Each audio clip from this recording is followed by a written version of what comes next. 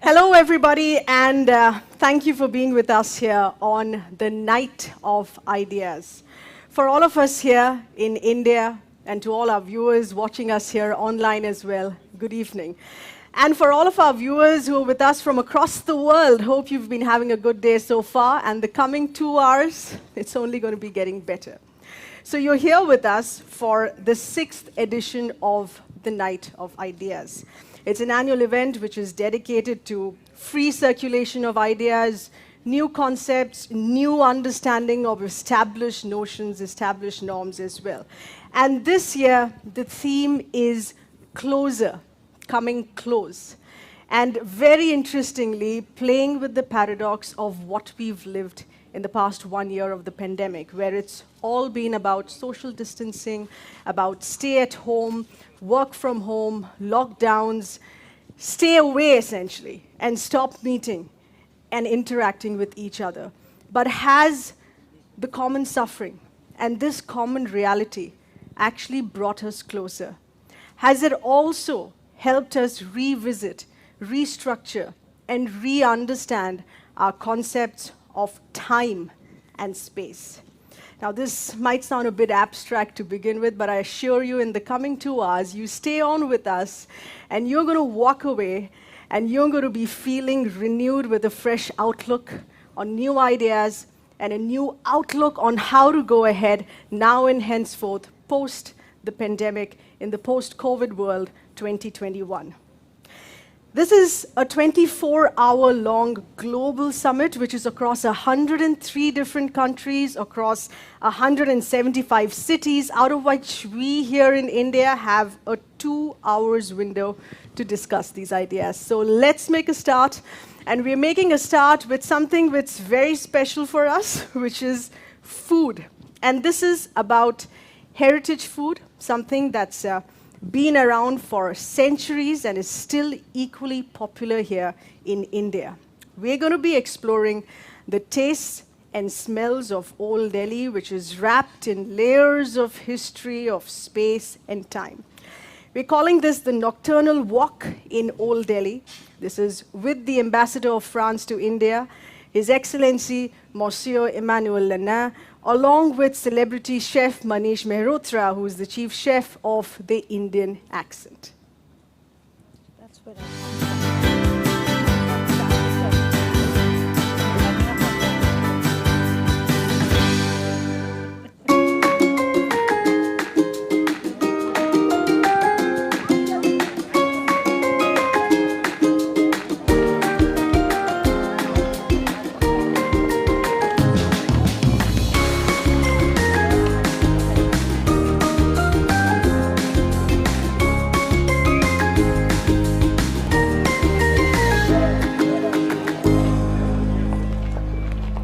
Ambassador, we are standing at the historic Jama Masjid and this whole bazaar, which is during the time of Mughals it's been made, and we are going to try some nice Mughlai food.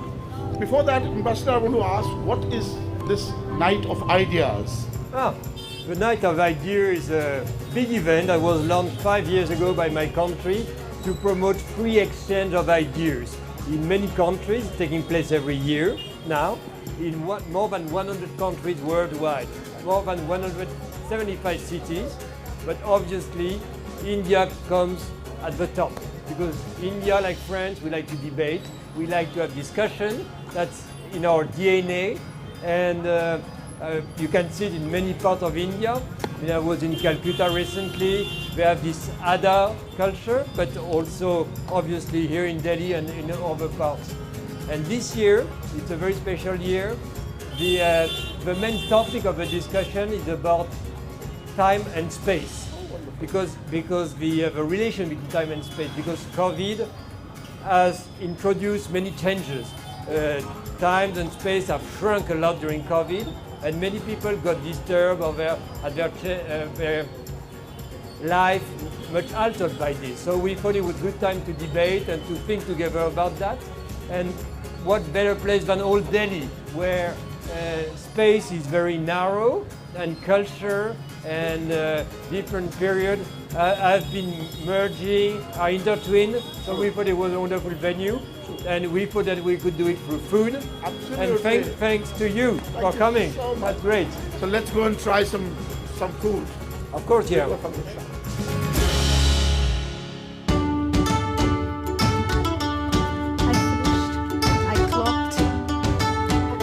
clocked 300 days of work from home.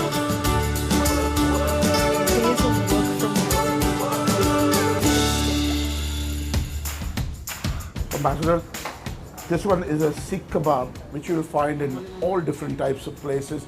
In Istanbul also, in Kabul, Afghanistan, Pakistan, all these places you will find this. But this is again very, very old, from almost 150 years back during the time of Mughal. So please try. Thank you.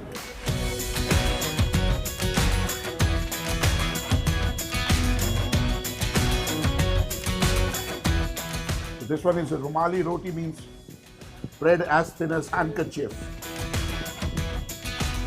Where does it come from? What is the origin?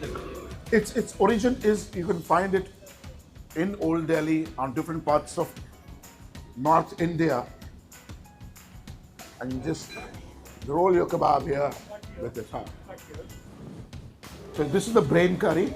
This is goat brains, very, very delicious. It's good, huh? It's good.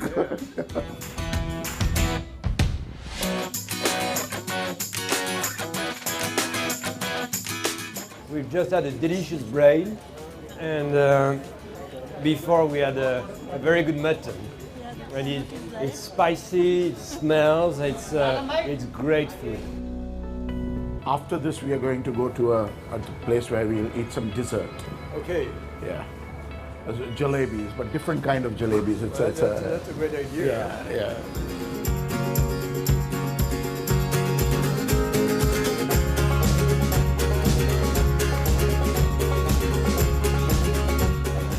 It's very juicy inside. It's flat in my mouth, it's very good. It's sweet, but very different.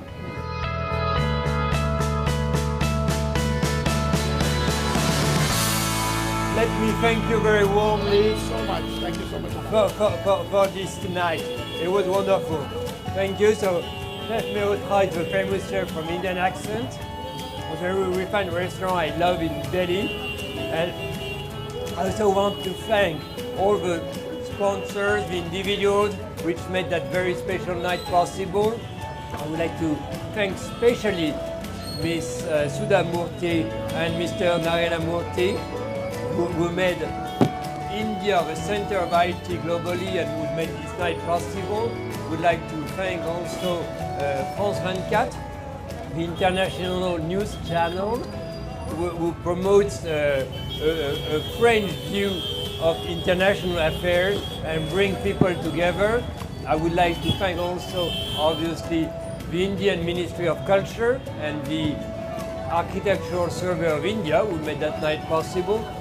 I'd like to thank also the network of the Alliance Française in India, and obviously Times of India, the largest and oldest media outlet in the country. These are wonderful support. And to conclude also, let me say a small word to thank all those who will make possible some artistic, some musical intermede during that night, especially the Lalit Academy and prominent artists from both countries. So thank you very much. Thank you, Chef, for this visit. And I think we should do it again together. Huh? Sure.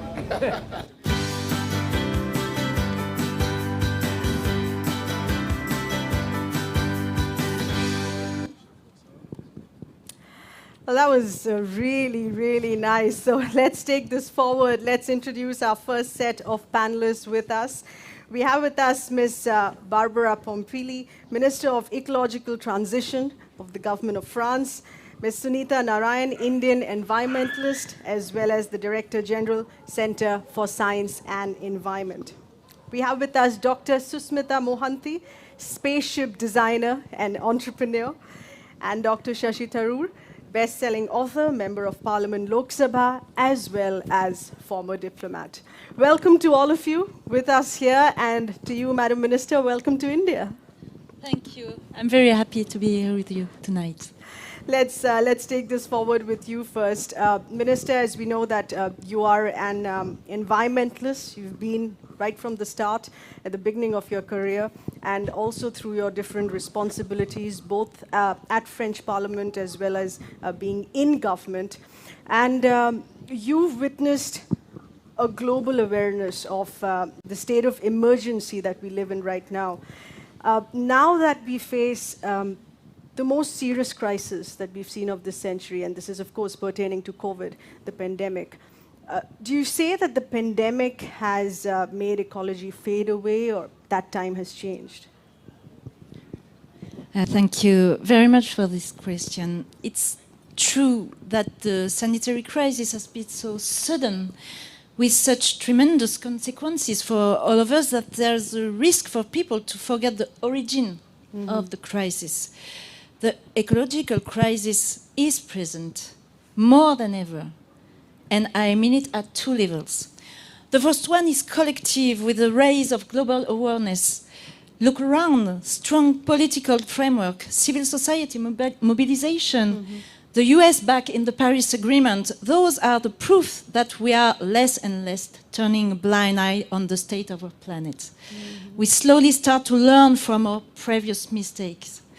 The second one, of course, is more private and individual level. With our friends, family, at work, we all share a common concern that a pandemic can shake deeply everything we believed was intangible.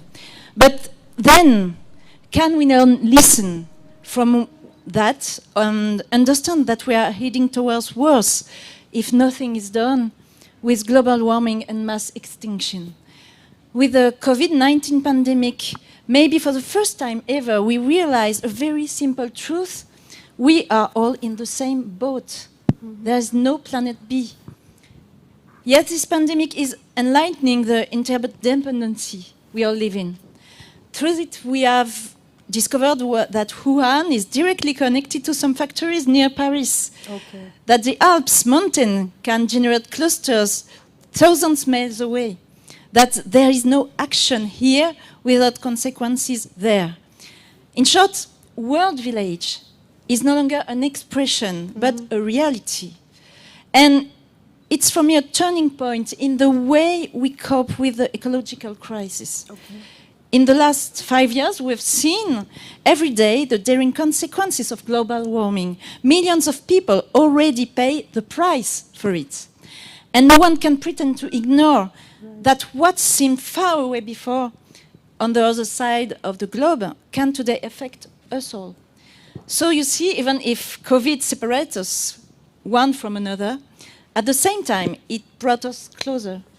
It's a very precious lesson to deal with the most dangerous challenge that humankind has ever faced.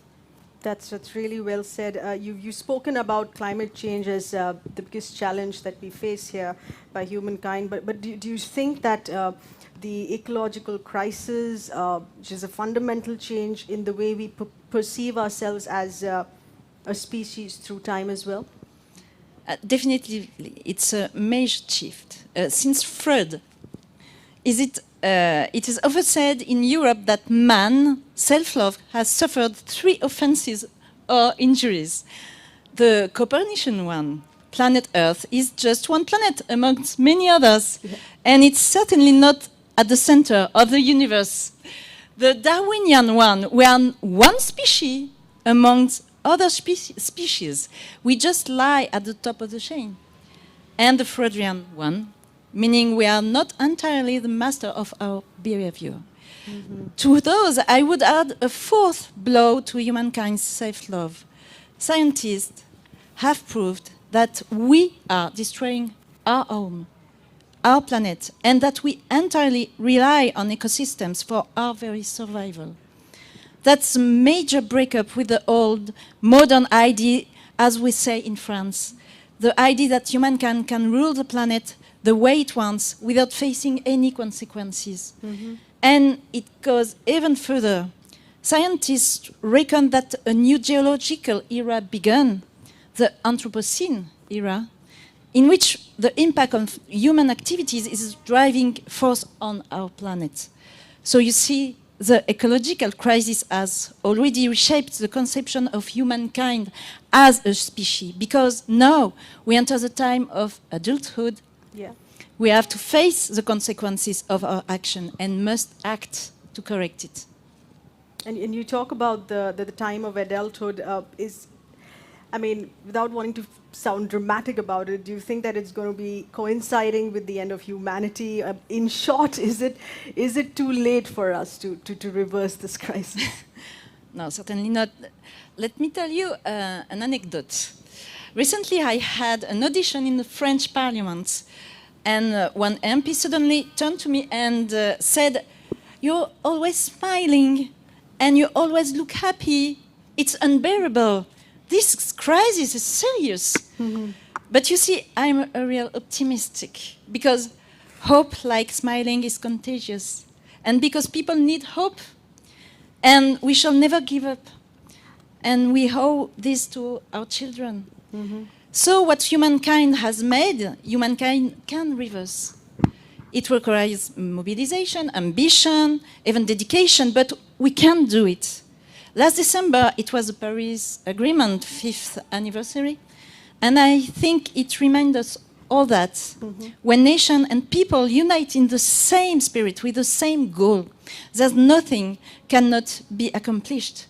And I believe we can write another future for our planet and generation to come. We have that window of opportunity. It's a small one. Yeah. We don't have decades. But when sometimes I'm tired of the burden I feel on my shoulders after a long week of tireless work, I tell myself that there is no more important battles than the one to preserve life on this planet. At least it's my personal view and the meaning I gave to my life. And when I see the US back in the Paris Agreement, Right. when I hear of India energetic transition, when I go in France and around the world meeting my fellow colleagues, citizens, farmers, engineers, workers in every companies, I sense a collective will to succeed together as a species, to change our culture of life, to redefine the position we give ourselves in this world. And it makes me very confident. That's usually on an optimistic note here, Madam Minister. That's really so good to hear. But let's take forward that thought here. If I could bring in Dr. Sunita at this point of what we've seen through the past year of the pandemic, and to understand if it's had an impact on the environment crisis, and in what way. I mean, of course, during the period of the lockdown, we were all very happy with aspects of nature coming back.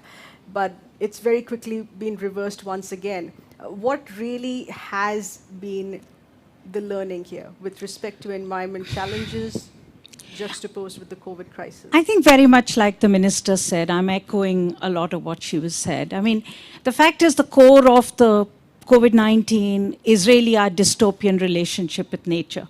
I mean, we talked about food, we looked at the food pictures. We have to understand just how messed up our agricultural system is today, our meat growing system is today, that we are beginning to see from COVID-19 to avian flu to everything else that is happening. And that should really make us think once again about, the fact that a little RNA, it isn't even a DNA, it's an RNA, which has brought the world to its knees.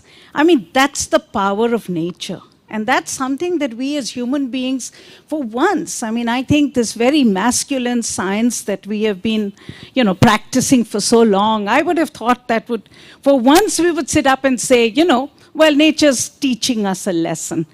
But I don't think we're doing that. And I think that's where I'm not so sanguine as the minister is.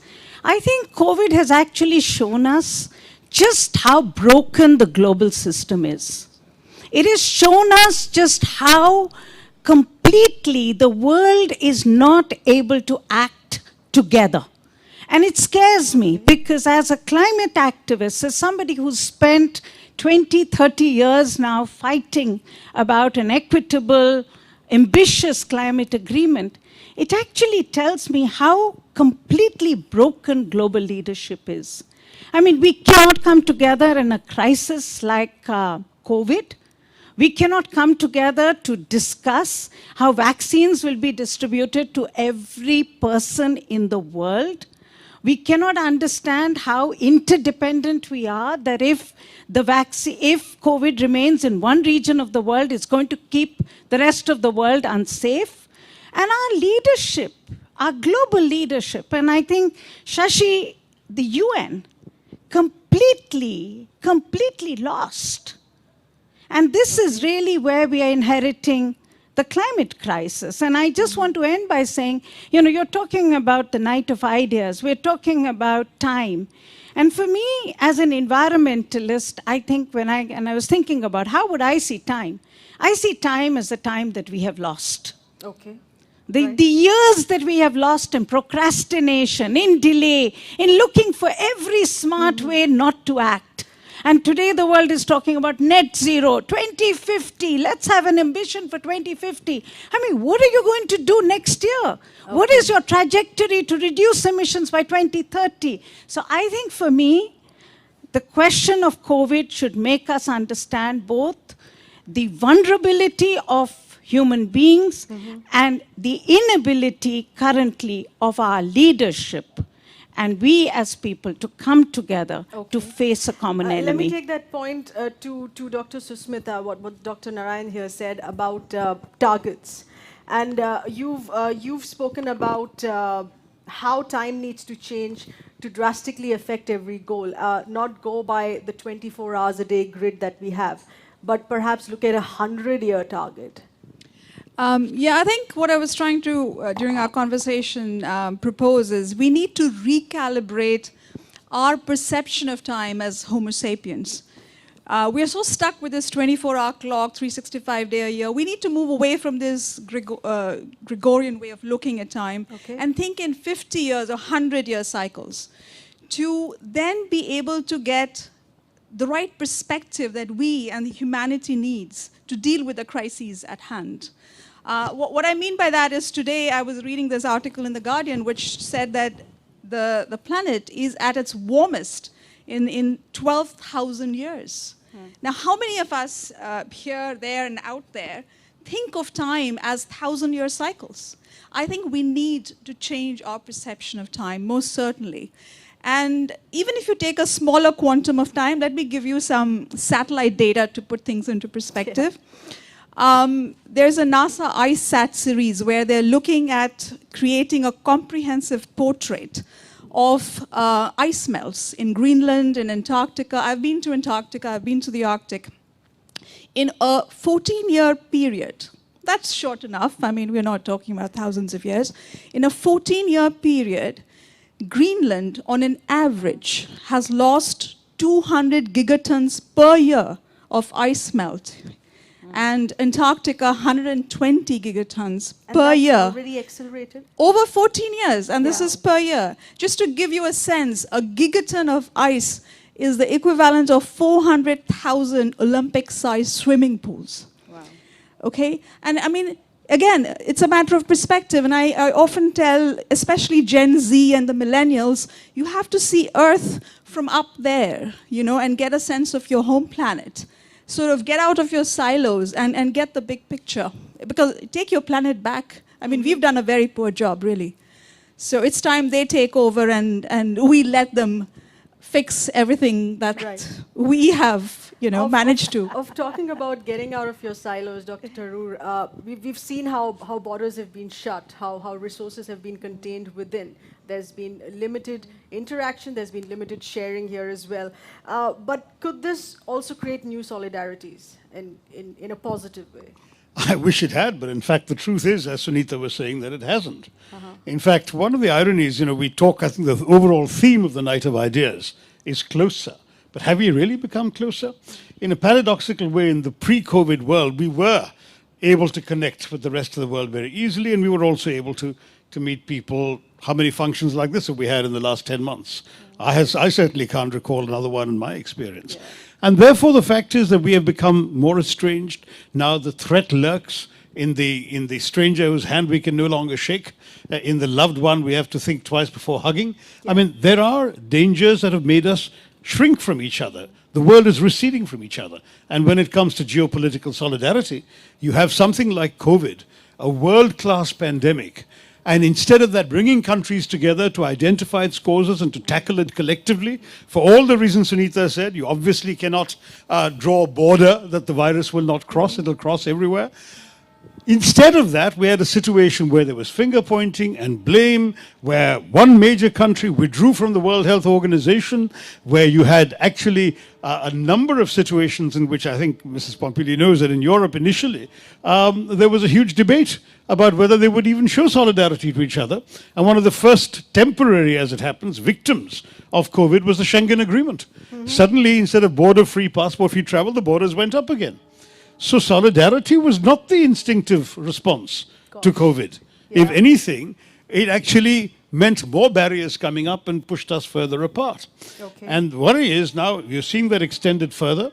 As Sunita rightly said, Yeah. we're seeing now a battle for vaccines. Each country wants to corner as much of the vaccine market for its own citizens as possible, instead of, again, a collective global enterprise to get vaccines to everyone. And that takes us back to 10 months ago when the crisis first broke and there was a worldwide shortage of PPE kits and masks and ventilators and so on, and countries were scrambling for their own supplies. And if anything, the lesson they said is we don't want to be dependent on others.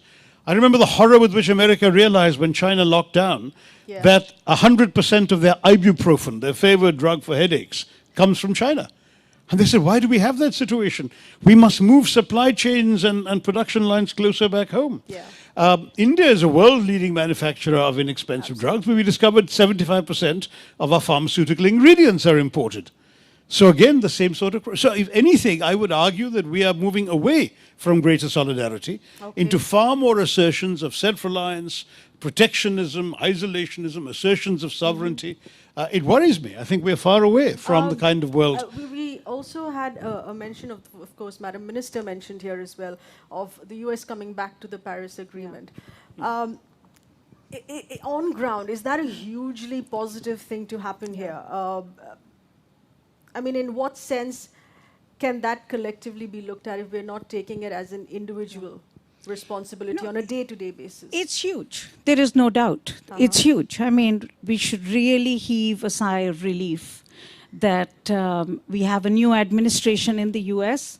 Climate denial is out, and that the US is back on the table. There is no doubt that this is big. The US is no longer the world's largest polluter, but it is has a disproportionate influence both on the negotiations, but also on the fact that it is the largest historical emitter. And therefore, we need it on the table. I think and I hope, the question of time, and I love what you said, but, as an environmentalist, time for us is much more immediate. And, it's all about, we can't breathe. We need to clean up the air of Delhi, and we need to do it today. You really can't think about it in a question of a long-term issue. Climate change is the only one which, gave us a comfort of time. And, I think back on it, I was at the Rio conference, and at that time, in 1992, climate change was being discussed, but it was still seen as something that would happen. It would happen. And there was time for it. Yeah. And today, when I sit here, I echo what the minister said. We've run out of time. I mean, we have climate impacts happening all around us. We need to act today. We should have urgency. And we also know that we need transformational solutions. Now, that's where I think the question of the US, Europe, India, China, all of us and the leadership that we need now to take the world into that more transformational mode. Because still now, our leadership is still looking, all leadership, and I'm not talking about any one country, all leadership is looking for small, incremental answers. Yeah. And that's not good enough. And I think that nature of time and space today where we need time to be on our side for the coming years, is something that we need to think about. We need time on our side now. Right. What are the learnings for you, Susmita, here, given the fact that this is a health crisis which is called for unprecedented levels of international cooperation to manage the virus? If you acknowledge, firstly, that there has been a coming together, and whether this sense of coming together and using this as a tool can impact other sectors, other areas as well. I think right off the bat, so we'll have to agree with what Sunita and Shashi said earlier. I think the coming together that we had hoped for definitely hasn't happened. However, I think what COVID-19 has done is it has given the globe a chance to sort of have a health drill of sorts, where for once, we now understand a little bit of the choreography of lockdowns and unlockings, protocols, things we do for space missions anyway. You have to quarantine before you fly and so on. So I think as a planet, we've managed to do a sort of a dry rehearsal for future outbreaks, and I think there will be. Let's not rule it out. So I wouldn't say that we have come closer. I think we've failed on many fronts. Okay. Like we just discussed the whole vaccine issue. Look at what's going on now. We have protectionism in terms of who's making the vaccine, who's exporting, who's importing. We have vaccine nationalism going on. I mean, I think we are moving in the other direction. We need course correction, and pretty quick, and drastic. Huge wake-up call there, yeah. Let's in fact play out this very special message right now that's coming from Mr. Narayana Murthy, who's, of course, as we know, as writer, engineer, founder of Infosys. And he's spoken out in extending support to the Night of Ideas and the cause of the Night of Ideas. Let's take a listen in.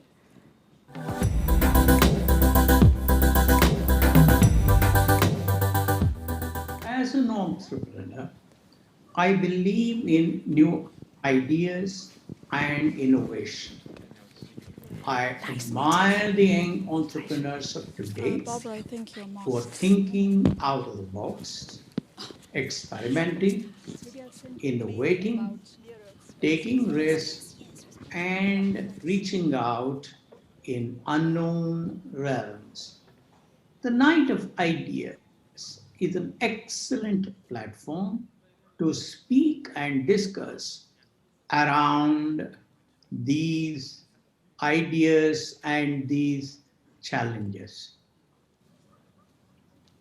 My wife, Sudha Murthy, joins me in thanking every one of you for participating in this journey of discovery and imagination. I convey my heartiest congratulations and appreciation to His Excellency, Monsieur Emmanuel Lénard, the Ambassador of France to India, and the French Cooperation Network in India for making this meeting of minds possible. Finalement, je vous souhaite à tous une très belle année et un excellent futur, plein des idées et de possibilités.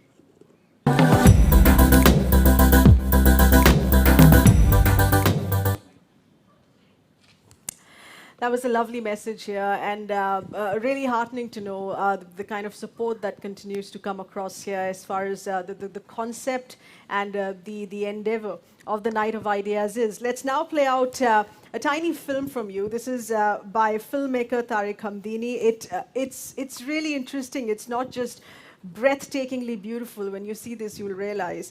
It's about a professional skateboarder, Manish Karthiki, and where Hyderabad, the city of Hyderabad that has been showcased here, never before seen visuals, a brand new perspective and the way it's been shot. And also a very fascinating concept here of finding your freedom with your skateboard and forging new relationships bonding out on the roads here at a time of what is usually expected to be empty roads in the night. Take a look and you'll understand what I mean here.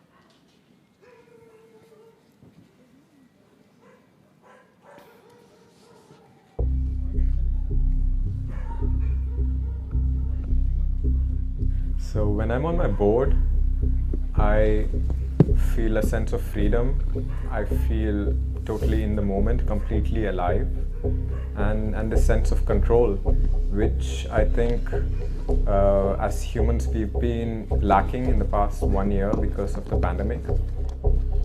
And all I need to explore, to express, and be able to use my longboard is just a long, flat piece of a road, really.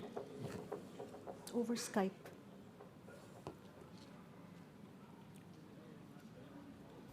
Growing up, Hyderabad was a totally different landscape.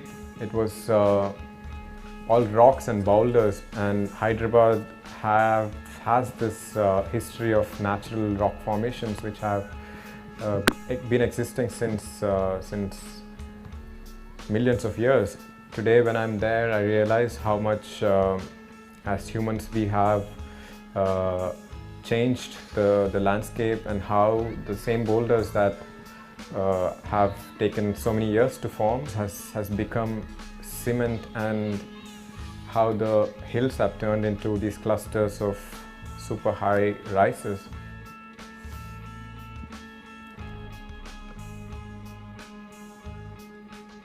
I think it is really important to find a balance between our need for progress and the preservation of our past heritage. So when the lockdown was enforced, I was lucky enough to have a parking basement in our apartment building, which I could use to skate. And after the lockdown was eased, I ventured out mostly in the night to find spots which were safe enough and good enough for me to skate. And it was during one of these sorties that I ran into this long flyover, which was finished but was not functional yet because it was serving a huge cable bridge which was still being built. So that was it. I found my perfect spot to skate, and I was going there almost every day.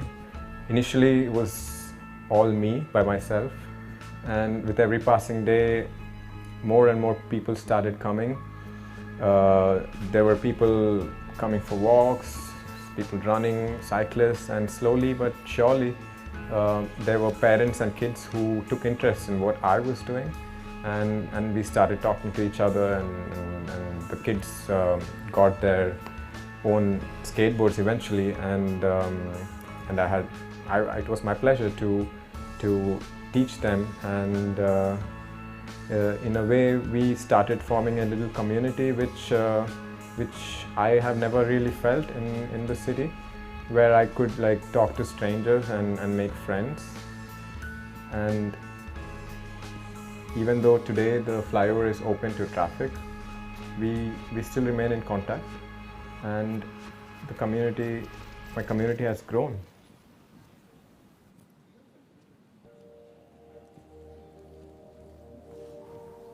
So recently I was at a spot that I used to skate before, and the road was built by cutting into a hill, and this time when I was there, I saw how one side of the hill had completely caved in, and the road was filled with boulders. And me being me, I never miss an opportunity, and I took this up for me to climb on boulders again as I was doing before. I found it really funny because all this while we have been cutting into the rocks, and there was the rocks now cutting into something that we built.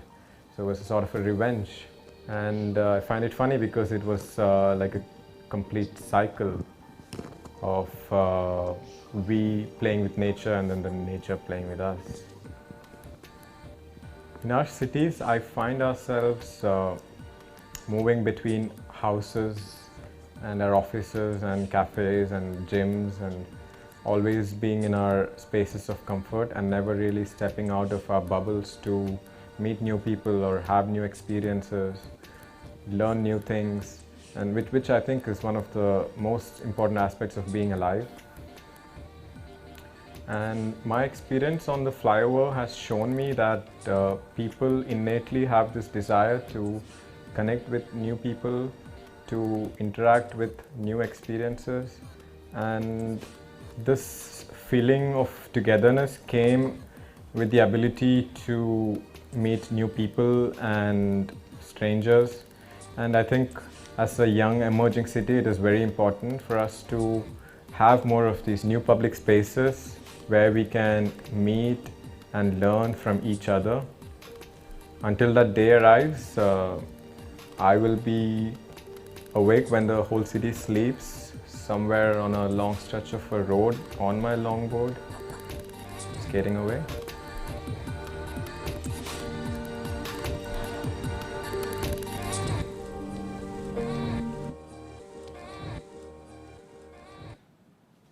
That was so beautiful. Personally, I really like this film because it's such a fresh outlook, a fresh perspective of coming together, and really in an unexpected scenario here.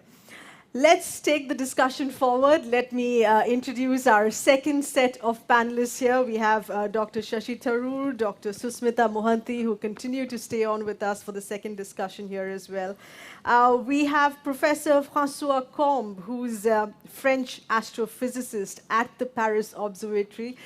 She's here with us from Paris. Lovely, lovely to see you there. And we have Mr. Sonam Wangchuk, Indian engineer, innovator, education reformers. So good to have you here with us here as well. In fact, let me start with you, Mr. Wangchuk, because I've been so fascinated with your latest work or what you've just made. And for me, it literally meant that someone has gone back in time. You've gone back, literally gone back a season in making your artificial ice glaciers at a season where it's not made, making it in springtime and having water trickling down from it and making it available for irrigation purposes. That, of course, resolves an immediate concern for the farmlands, for the farmers. And it's great that it works that way in resolving an immediate concern. But do you feel that it has played with the natural order of things? Or, I mean, it's played with the concept of having glaciers at a time when it shouldn't be there. And that could have a long-term impact. I mean, an immediate positive, but perhaps playing with something that could have a long-term impact. Okay, thank you very much. I think the reason why some of us in the remote mountains are having to resort to, attempt something like artificial, I would say, baby glaciers, is because we have played in a big way with nature, and that's why we have our natural glaciers melting away very fast. That compels us to attempt such things. It's insignificant compared to what nature had gifted us, or the whole of the Himalayas. Right. And because of climate change, we are having to resort to this. I wouldn't even claim that it is a solution to our problems, even in local spheres. It's an attempt that could bring us some relief for some time. But what is more important is rather than looking at whether this little thing would affect anything bigger in nature, we should reflect in why it is happening. Why are we compelled to do this? We cannot solve Himalayan glaciers melting by making a few cones of ice. Okay. The reason really is not in Ladakh. The reason is in New Delhi, New York, Paris, Beijing, Bangalore. And that's what I would like to draw the attention. Ice stupas, more than an answer to water crisis we feel in the Himalayas, is a message, is a distress call, is an SOS message to the world that we are at the forefront, and those at the sea levels, like your part of the world, and in between soon people will join. So it's best if we mend our ways and change our behaviors before we all are in the same Right. soup. I mean, so what you're saying is that this is very minuscule, small playing with nature compared to the damages that have already been done. This is not even playing with This is not nature. even It's playing, actually okay. healing nature. When you are sick, you have medicines, yeah? And these are herbal medicines. They don't use any power or pollution. We use only gravity. We don't have power, we don't have money, but what we have in the mountains is gravity. And a little bit of physics makes it happen on its own. So it's an Ayurvedic medicine to the malady that we all have caused to the planet. All right. Wonderful.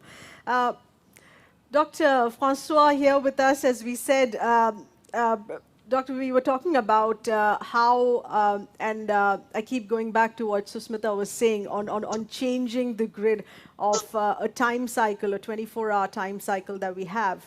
How in your area of expertise here, space exploration can and change and alter the concept of time in the 21st century here? Well, it's true that in the 21st century, we have a lot of telescopes that make our Earth much smaller because we have been exploring not only the solar system, but also galaxies that are around us. Andromeda, by light, of course, are not going there. We have received the photons of these galaxies, and in the end of the century, we discovered that there were a lot, billions of galaxies, 2,000 billions of galaxies are in the universe that are observable by us. So this gives us a lot of scales, different scales. We are very, very tiny out of this big universe, and we are just a dot in this vast universe. So I think we are exploring a lot more, and the progress is making a lot of difference. All right. Dr. Tharoor, this is, of course, taking off from what Professor Francois just said in space exploration and in what you have in your constituency in Thiruvananthapuram here. Something that astronomers from there very recently discovered a new population of ultraviolet stars, and this was in the global cluster, which is called the NGC 2808. That's very technical here, but it was a brand new discovery. Do you feel that these endeavors in aerospace that continue to impact our relationship with space and time, or these still continue to remain very, very tiny discoveries? No, I see it in the context of the larger interest in science, which really goes back to our independence. When our constitution, I think probably the only constitution in the world that speaks of creating and cultivating a scientific temper amongst the people, when the annual science congress was attended by no less a person than the Prime Minister himself. And that has altered in many ways our perception of space and time. Yes, in Thiruvananthapuram we have the Vikram Sarabhai Space Center. We have the Indian Institute of Space Science, which offers you degrees in space technology. Right. So there's a whole lot happening in India that's woken up to the opportunities. And they're great. I mean, there's no question that when you think of, for example, the extraordinary achievement both of Chandrayaan and then of Mangalyaan, the Indian rocket that went up to Mars and made India the first country, and I think the only country in the world, to have actually successfully had a Mars orbiter on its very first attempt. The others who've done it took longer, tried and failed a few times, and some very important countries have not succeeded yet. So, and that too, India managed to do it on a budget that was somewhat lower than that of the Hollywood space movie Gravity. So we're looking at frugal innovation, but shooting for the stars is no longer just a phrase. I think humanity wants to reach out, wants to see what lies in the vast beyond. And as Sonam Wangchuk says, we're so busy making a mess of the planet we've got, we may as well spend the next generation or two discovering other planets. We might need them. Susmita, for someone who does spaceship design, there's a lot of practicality that comes into play, which everyone else doesn't understand, because there's so much to take into account. A socio-physio, psychological well-being, a comfortable space for those who are up there. How does that play with the concept of being closer in space and time, which is very different from what we calculate here? Okay, before I directly answer your question, sir, I think what Sashi just said, and taking off from that, I do see us as in humanity, the way we explore space, I don't see space as a frontier, unlike my American counterparts, for example. Space is a natural extension of our cosmic presence here on Earth. And I do see that in our lifetimes, the Earth, Moon, Mars continuum will manifest itself in a way where we will see human presence on the Moon and on Mars. Again, I think it's a matter of extending our cosmic presence, and that's where people like me come in. We design habitats and rovers and suit boats and what have you to make it possible to live not only in low Earth orbit, but also, the Moon is a very treacherous place for humans to inhabit for long periods of time because of radiation. There's no atmosphere. And also because of lunar dust, which is very fine and very sharp like glass. There are no weathering forces, no running water, no wind.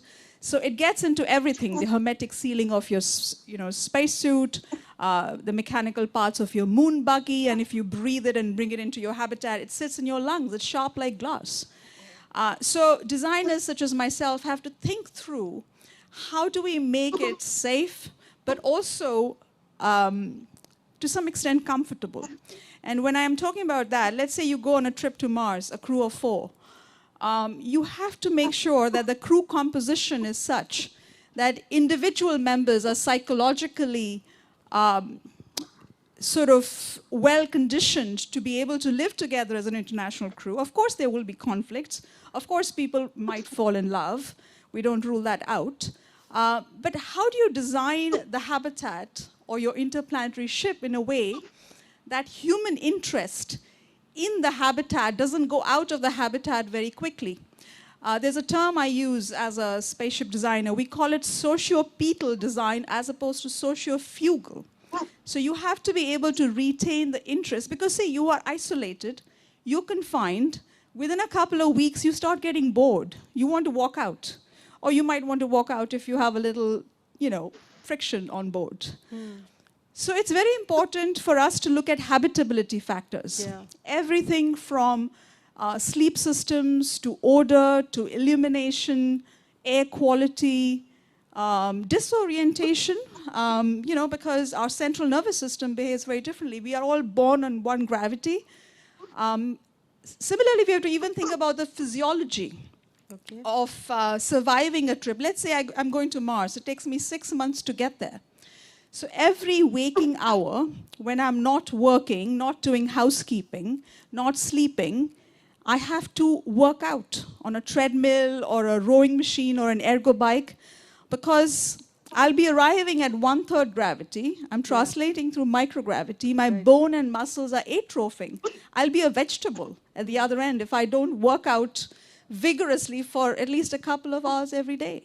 So that's your physiology. And psychology, I think human behavior under conditions of confinement and isolation, actually we see examples of it in submarines and polar expeditions. We have analogies. I run a collective called The City as a Spaceship, where we look at design and architectural reciprocities between living in outer space and living in super dense cities like Mumbai and Sao Paulo and Tokyo and New York, because some of our constraints are very similar. Constraints of space, issues of hygiene, odor, psychological stresses, sociological stresses. I mean, micro-societies, there are all kinds of stresses. So I think the designers have to take a multidisciplinary approach to how they design. What really caught me was walkout space.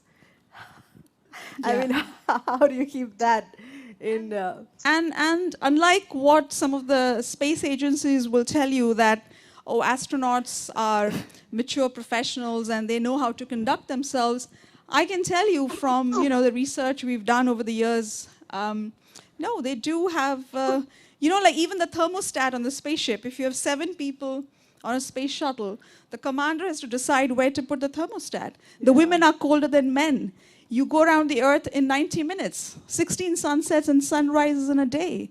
So, there is enough need for design which factors in all of those. Not going out for a walk, I'm going out for a float. Yeah, well, you would have to depressurize. It's a whole choreography. Yeah, I mean, like nowadays we have a choreography of getting ready, of stepping out. It's the same thing. There's so much Somewhat like that, paraphernalia. yes. A little more extensive, but yes. Or scuba and I can diving. suddenly relate to what you said and what we're doing every day. Mr. Wangchuk, your work in sustainable architecture, which is a combination of science and engineering, and it changes the way that we perceive environmental challenges, I beg your pardon. But it's also be done in a lock-in period of time, keeping to tackle the challenges that are here. I mean, it's within a limited period of time. Is that taking care of the long term as well? Taking limited time meaning? In the sense that it's taking into account the immediate here, but is it working for the long term? Okay.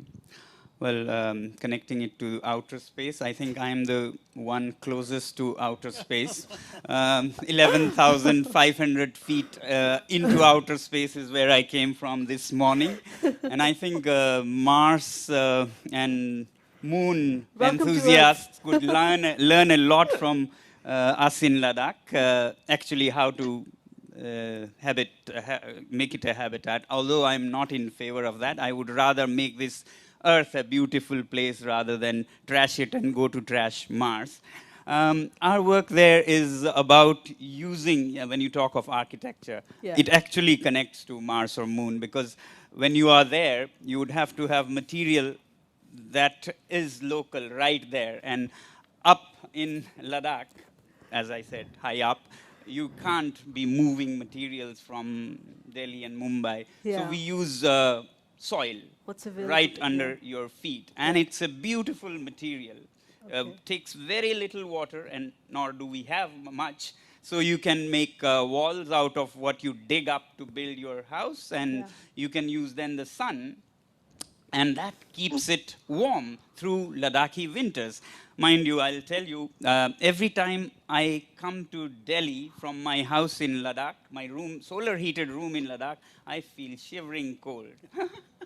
It's not at all a joke. My room stays at a minimum of 19 or 20 degrees centigrade without a blade or a drop of oil burnt, with just the sun. And here in Delhi, it's quite cold.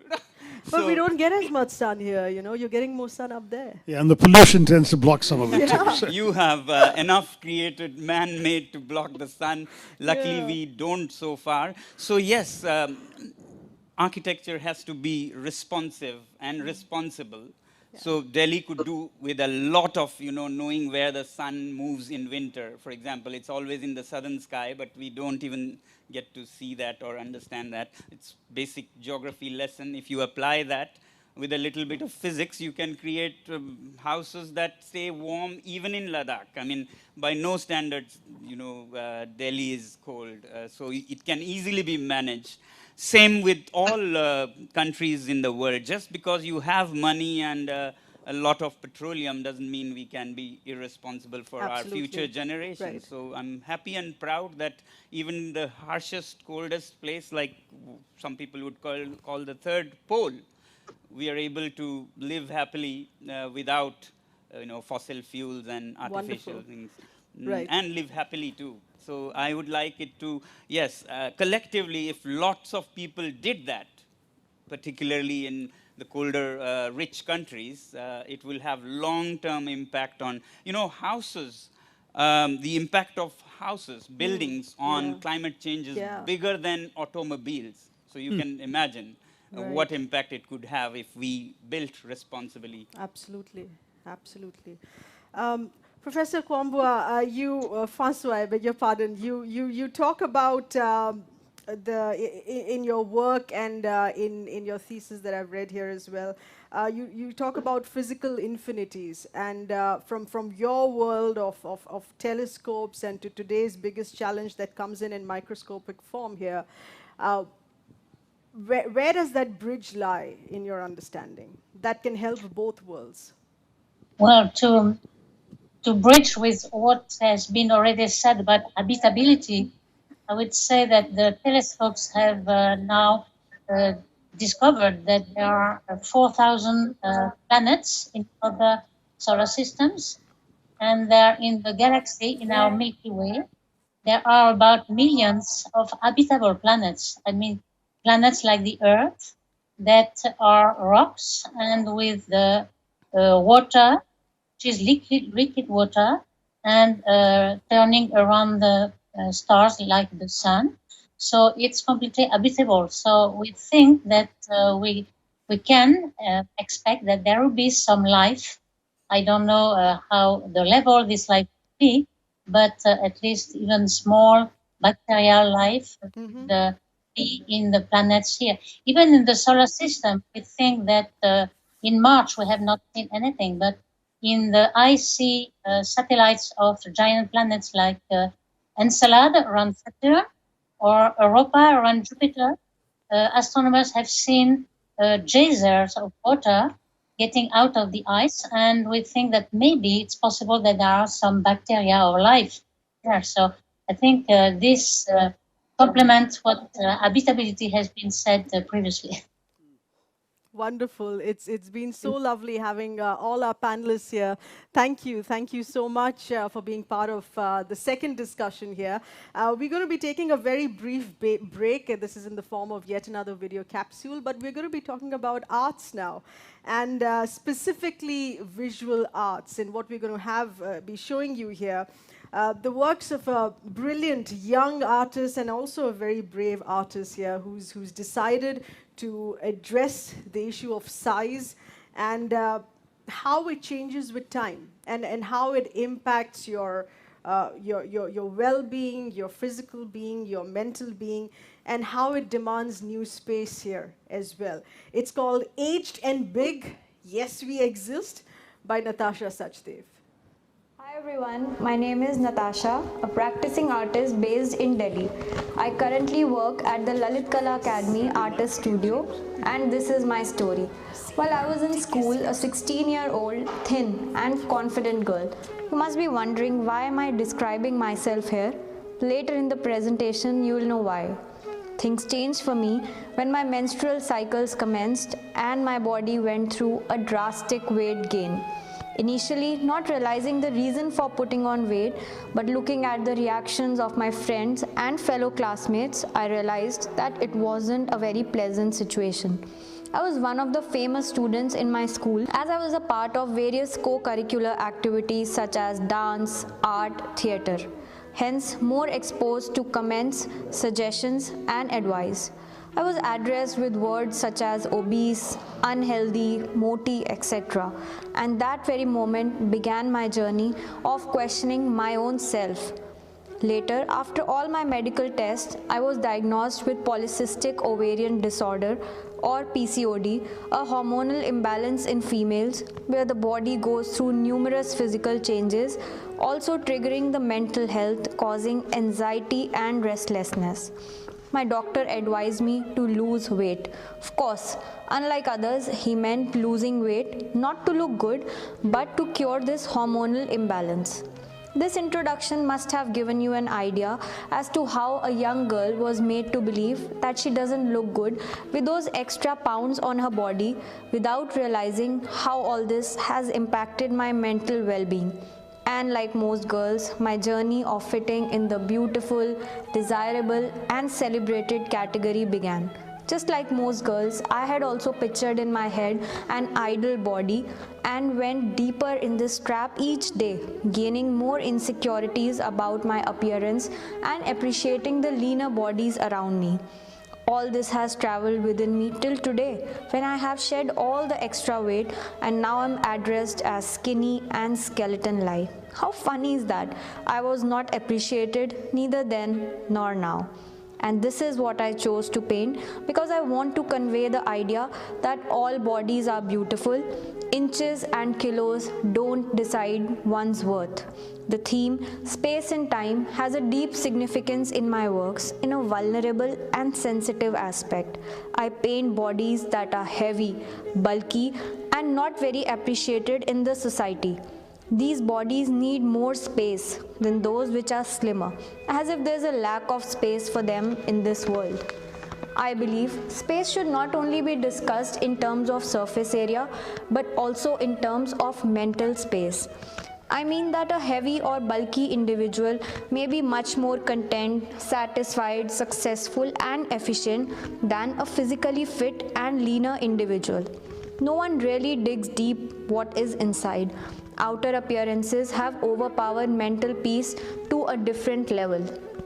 My works mostly portray nude, bulky bodies. I've realized that as viewers, one hardly gets to see such bodies being celebrated and appreciated. All we have been seeing is a very slim and toned body. But here, I want to make a slight difference and bring to light the large bodies that are equally graceful and beautiful. As a woman, I get triggered by various aspects about a female's existence and position in the society. Time being one major aspect. I mostly paint elderly women to bring to light certain limitations when it comes to age. As a woman ages, the idea that she is not suitable for various clothes, activities, and individuals starts developing. Time or age is unescapable. No one can really bring it back. Rather than celebrating age, we are continuously trying to run away from it. Today, the market is filled with anti-aging creams, wrinkle lift creams, and other treatments just to minimize the effects of aging. I'm trying to say that the social pressure to look good has made us insecure to a level where we find these products and treatments a solution to reach our goals of achieving that ideal appearance. I have created various works where I'm distorting my own face, looking horrifying, to portray that we all are distorted in different ways. No one is perfect, and what may seem perfect is actually the most distorted.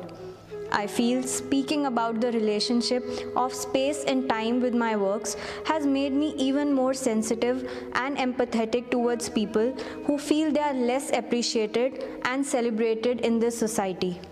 I will continue to work to make a slight difference in breaking the stereotypes about beauty and body through my art. Beautiful, and it's been explained with so much emotion, of course, given that it's been a personal experience here for her. With that, we're going to be continuing to talk about culture with the star of visual arts here. And I'm going to introduce our third set of panelists here. We continue to have Mr. Sonam Wangchuk. We have Ms. Nandita Das, actor, filmmaker, activist. Good evening. Thank you for being with us here.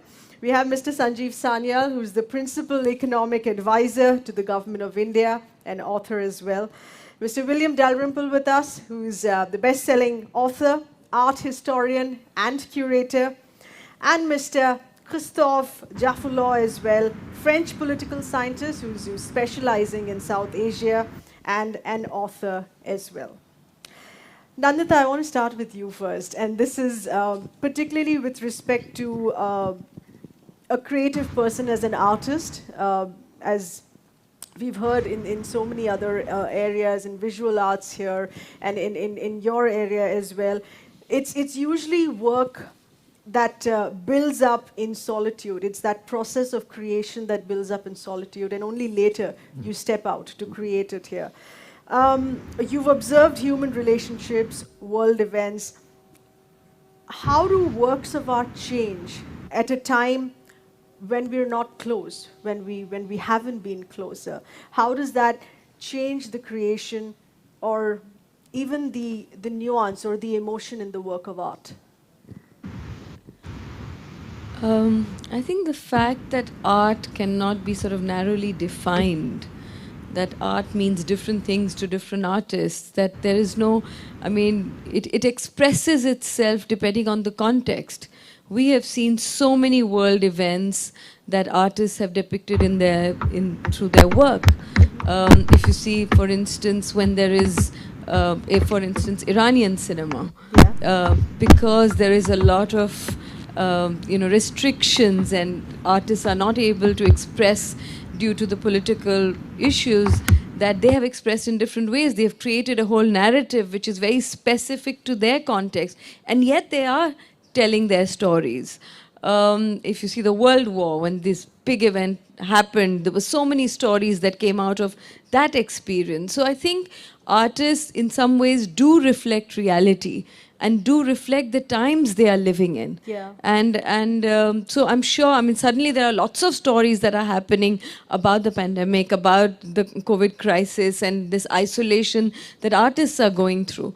But we are yet to see, are we going to really forget in 10 years this whole experience? Or are we going to truly learn from it? Because if you think of the Spanish flu, how many films were really made about that? Or the plague? There weren't that many. In fact, there were far more films, let's say, about the World War. So sometimes also the commercial aspects. What is more dramatic? What is going to sort of really bring out the stories? But I think because of the internet, something has shifted. In some ways, every story does have a chance. If you really want it, there are stories now coming out of individuals. They don't have to be specifically known artists. There are people who are expressing themselves around the world. So I think we are yet to see that how this is going to manifest not only in the immediate art that is coming out right now, but what's going to be the impact of it going forward. In isolation also, I think there is more time to reflect. I'm sure all of us have introspected and reflected a little more about how we want to live, what are our priorities, what do we want to express, how do we want to share, how do we, what is our relationship with each other, to the world, collectively. So I think there is going to be, that expression is going to come out. It already is. I remember that even during the lockdown, I made like a small 7-minute film. My father was a painter. He did a series of, called Labor Exodus, and various other people. There have been a lot of expression through their own art of the times that we have gone through and the experiences that we've gone through. Okay. Mr. Sanjeev Sanyal, talking about culture, specifically in terms of work culture in the workings of the government. We've been put through drastic circumstances here. We've seen. And do you think that we've arrived upon a hybrid structure that exists even for the workings within the government here? No, it's not. I think my own experience in the government, gives a very different story. But personally, I have a split life, as you mentioned, and I'm a writer, and I also work in the government as the principal economic advisor. Now, if I had been a writer, I would have probably used this time to introspect, explore internally. But of course, I had to completely throw that out of the window because, as you can imagine, this was, it's a health crisis, it's an economic crisis. And so I was working completely flat out through the entire period. I mean, weekends, continuously, 24/7, literally. I've not had a moment to breathe throughout this entire phase, including the time that I had COVID myself. I was still doing, obviously, online through video conferences, doing work, doing meetings, doing press interactions, and so on. So all of it online, continuously with temperature. So there was simply not a moment to breathe. But I will say it has had quite interesting impact in the way, I'm sure it's happened in other governments, but I can talk about our own government here in India. Indian government is very often accused of being split into silos of various kinds, and perhaps correctly so. Silos in terms of departments, if you think horizontally and vertically in terms of hierarchies and so on. Now, obviously, when you get hit by a shock like this, all of that goes out of the window. I mean, all of a sudden, the finance ministry has to interact and work with people in the health ministry who they had never heard of before, or suddenly the people in defense have to work with the MEA, and there are people having to work out supply chains for vaccines or during peak lockdown for food. So under all these circumstances, certainly there has been a complete breakdown of those silos. This had to be, because if you're running 1.35 billion people and keeping that system running where virtually all normal systems have broken down and you're literally holding it together physically, there has been a huge change in the way the government has worked. Now, I hope that stays that way past this, but I think the Indian government even traditionally has been good at doing things at mission mode. We hold something called the Kumbh Mela, the world's largest fair, largest congregation of people. We handle it. We tend to do well with large scale vaccination projects.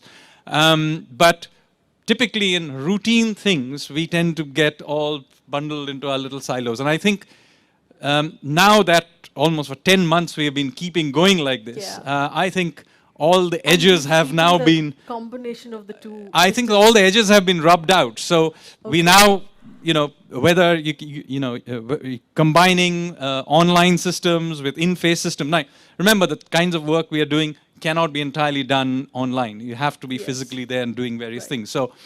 So combining the two, reaching out across the country. So in that sense, there may be something happening in some far out corner of the country, have to know about it. You're reaching out to there may be a situation developing there for whatever reason. So, I mean, conceptually, in terms of what we're also discussing here tonight on the aspect of coming closer, you think these silos that you mentioned that have broken down, and even within departments, one has come closer? Yes, absolutely. And, the central government, the state governments among themselves, there's no point in protecting one city if the next city is going to fall apart. So municipalities even have to deal with each other. So I think, and again, you can't do this in any set rules. There are no rules about it. There's no precedent to this. You're sort of inventing it. These are all new learnings. Absolutely. So I think in that sense, time and space has kind of merged. So it may not be true for other professions, but in where I am, it has all merged into this continuum, so to speak. All right. Let's get in Mr. Christoph here with us as well, who's connected with us online. And this is a hybrid structure, living example of a hybrid structure. What you're seeing, this is part physical, part online, telecast, and also across the digital space as we speak. Christoph, talking about how different is the relationship to space and time among different cultures, specifically, so to say. How does the perception of it differ between two areas, if we take between India and Europe? India and France, to be more precise, because India is many days a day, nights of 5 days. So I think it's interesting to contrast the conception of time and space in India and France, because there is a clear contrast. And I think this contrast comes from the historical trajectories of these two countries. France is a country of revolution, whereas India is one of the few countries in the world that has never experienced a revolution. And incidentally, that's true of most of its neighbors as well. And it makes a big difference so far as where countries relate to the history. In the French case, clearly the past has been partly erased, and the new society has been partly built, drawing its inspiration, of course, from individualistic values and laicity that is to break restrictions. And on the contrary, to break with the past, the revolutionary way is out of reach, and traditions are valuable or valued at this. Rules of the past are piling up. The past is everywhere. In a way, it's not distant, but close, to return to your terms. And I thought, for instance, very interesting the way antiquity itself is debated. And newspapers, if you take the example of the Aryan invasion, people claim that the African race can be presented as anti-national today. So it's really very active. And such a question does not arise in France, possibly because of this break, which means that certainly we have German blood in our veins, but who cares really? And before that, before German invasion, there were Roman invasions and so on and so forth. So this is where, and I would like to emphasize this point, this is where time and space interact, because I think that the way these two countries relate to the past has something to do with the way they relate to geography. And I do think that it's largely because in India there is feeling of vulnerability of neighbors, and for good reason, because of course Pakistan and China pose some threat to the country, and I say some existential threat. I think this is one of the reasons why the past is so, because there is a need to assert that inhabitants of the country on the side of the soil are not violent, but they have nowhere else to go. Right. And I think the battles which took place centuries ago can be seen as very recent because the enemy is the same in some ways. I always remember the very fascinating visit of Atal Bihari Vajpayee to Afghanistan. We went there to see where Mahmud of Ghazni was born in the 10th century. And he said, because it picked my heart like cactus to remember the man who destroyed the Karnak temple in the 11th century. But this is where time and space interact very clearly, and you can see anything similar on the French side. Sorry for having limited detail, but I think this part was particularly interesting. All right. Okay. Mr. Wangchuk, to you next here, talking about local culture and lifestyle decisions that are taken on local culture, such as in the previous discussion, you talk about how we're using solar energy and feeling much warmer in Ladakh than you feel right here. Can intelligent aspects of local culture impact geographically different areas as well in improving lives? One thing that I very much value in places like Ladakh, which are very, very resource challenged, is the sense of frugality, sense of, maximum out of minimum, using little resources and creating impact. We do not have, for example, all the wealth and resources to make a winter warm in Ladakh. It's cold. But our people have been very innovative, our ancestors, and that's what I would like to see in the world. And innovative not just with gadgets, with whirring gears and belching smoke, but for example, in Ladakh, the winters are very cold, but the way to deal with it has been, while children look forward to winters, because that's the time when storytelling starts, all through the winter. And the day you see greens coming out, sprouting out, storytelling becomes a sin. So that's the local culture, that all children know, and grannies make sure they know that now the greens have come out and storytelling is sinful. I used to wonder as a child, why sinful? Why sinful? Right. I was very inquisitive.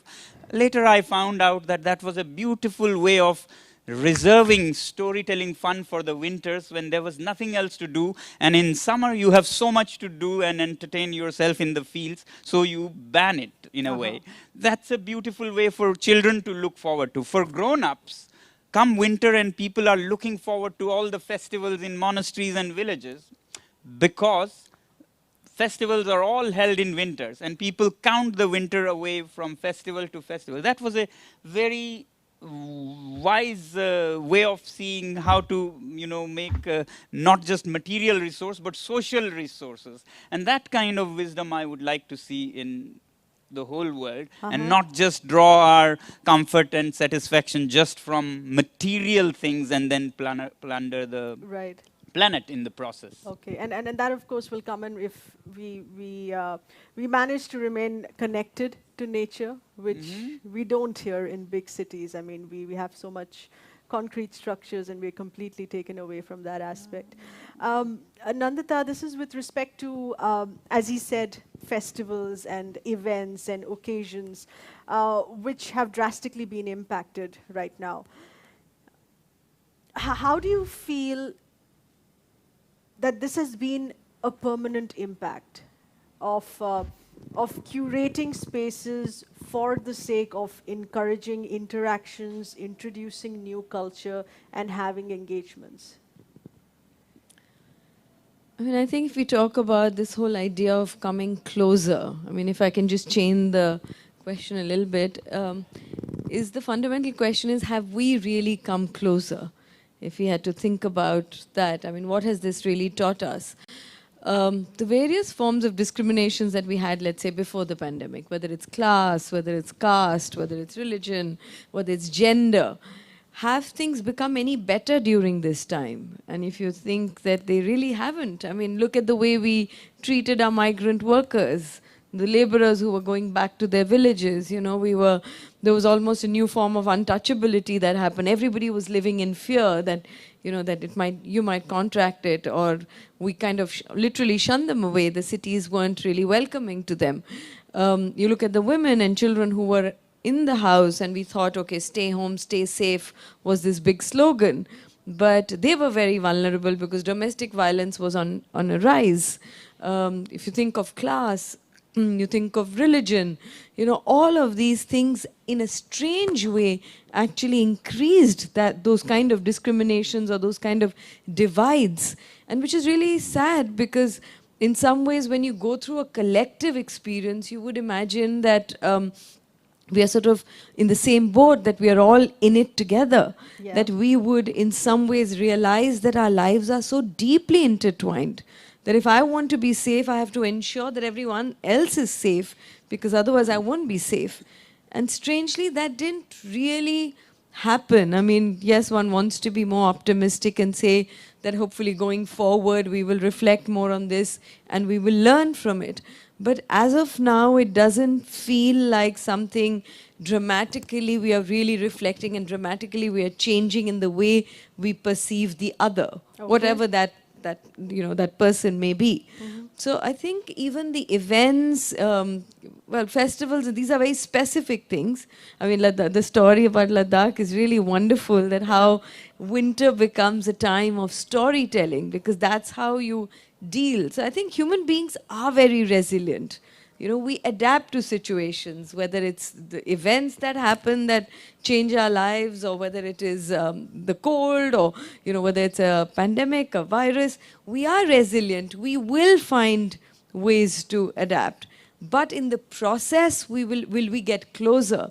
Will our relationship with each other really fundamentally go through some kind of a change? That is, like I say, that, you know, that it could go both ways.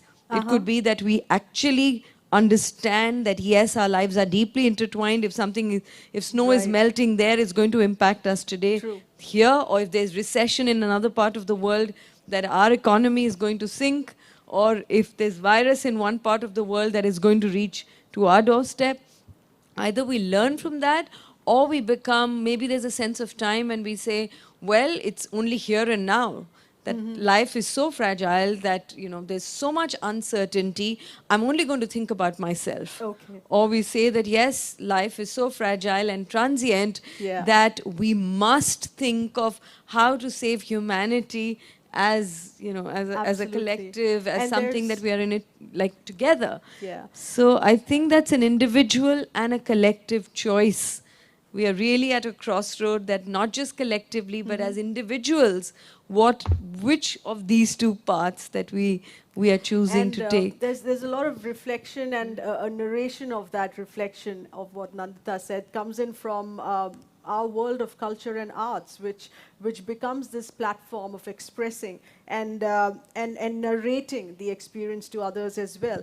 We're right now going to be taking a look at an on-site installation, and this is by Stéphane Boron. This is at the Gadi Studios of the Lalit Kala Academy, and he's fascinatedly squeezed down historic tourist sites to a digital QR code.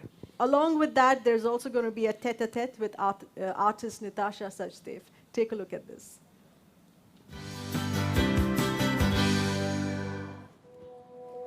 Well, art has always been a reflection of our times, our lives, our hopes, our struggles, even our anxieties.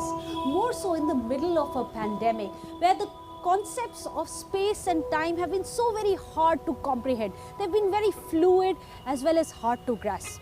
Which is why today we are getting you works of two artists, one from France, one from India, to show you how they have been reflecting these two concepts of space and time through their work across the year.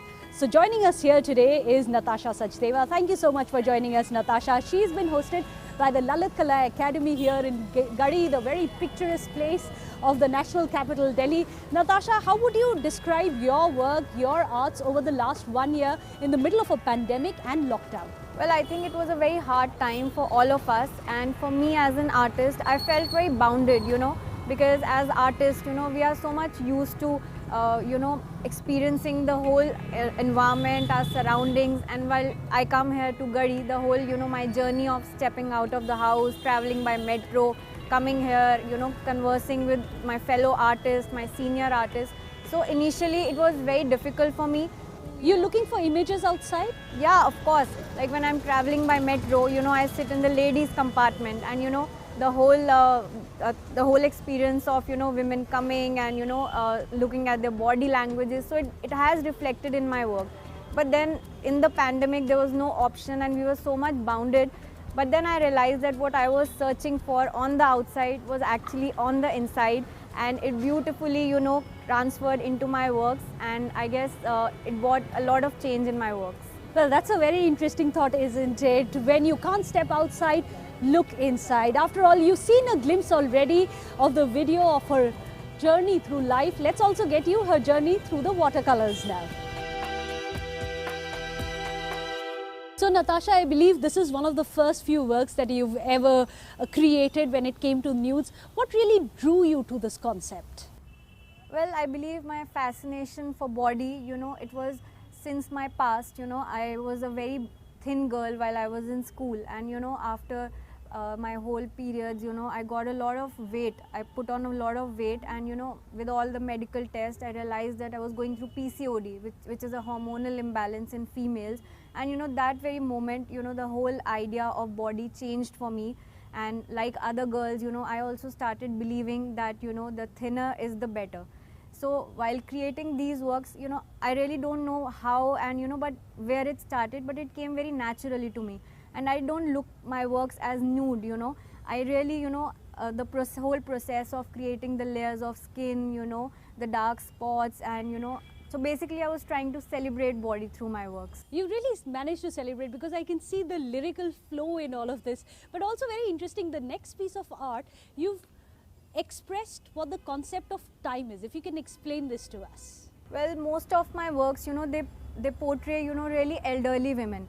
My fascination for elderly women, with a lot of baggage on them. Like mostly, here in India, what we see is when a lady, she comes in her 40s, late 40s, there's this, the age, it starts showing on the skin. Tell me one thing honestly, are there some people who would get perhaps intimidated by your work? Are there any patrons who'd come and take a step back with the boldness of the work that you've put out on display for the world to see? Well, I believe yes, and it started with my own family.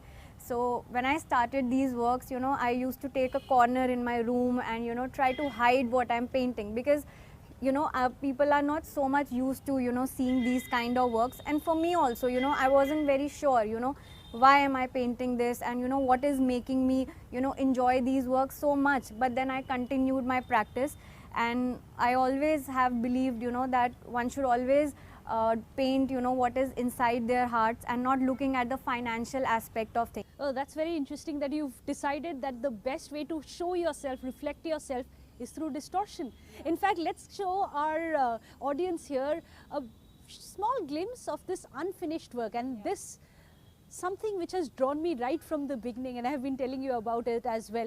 I find it very interesting because you've done this in black and white. I can see the areas where her underwear is. You've kept that unpainted. Will this remain like this? Are you going to finish it, or how are you going to finish it? Well, I believe that, sometimes when you're working and you're so much connected with your work, it gives you your answers. So when I started this work, I thought of, adding a little bit color on the undergarments. But, while painting and while, working, I keep the work at a distance, and then I look at it, and, my work told me not to paint it, I think that really sums it all up. There are those silences which perhaps are louder than any noises, isn't it? Thank you so much, Natasha, for showcasing your lovely work here today at Lalit Kala Academy. But we are also very proud today to host some of the installations of French contemporary artist Stéphane Barreau as well. Now, he is a pioneer at techno-romanticism. Now, many people would wonder, how do you reconcile technology with romanticism? Well, who better than the artist himself to explain it? Bonjour, je m'appelle Stéphane Baron, je suis un artiste français et je vais vous présenter l'exposition Site non site à Lalit Kala Academy et sur Instagram, organisée par l'Institut français de New Delhi. I will switch now to English. My name is Stéphane Baron. My artworks are about our relation to people and places on Earth at a distance. I have called this type of artworks planetary art. I am also very concerned since the 80s by ecological questions and our relation to the planet, like it arises now with climate change, Anthropocene extinction and world pandemic. I have called this philosophical and art movement techno-romanticism. My website is technoromanticism.com. The Site Non-Site project is about our access to spirituality with the internet and our relation to Earth. What is our relation with spiritual locations or sites at a distance? The Site Non-Site project includes 3 series of artworks. There are 2 series of artworks in the Lalit Kala Academy. 5 images are composed from captures taken from Google Street View of 5 spiritual sites on Earth related to my life. Each picture combines artifacts from Google Street Views of these 5 spiritual sites. The first one, the Bodhi tree in Bodh Gaya, where the Buddha is said to have attained enlightenment or Bodhi circa 500 years before Christ.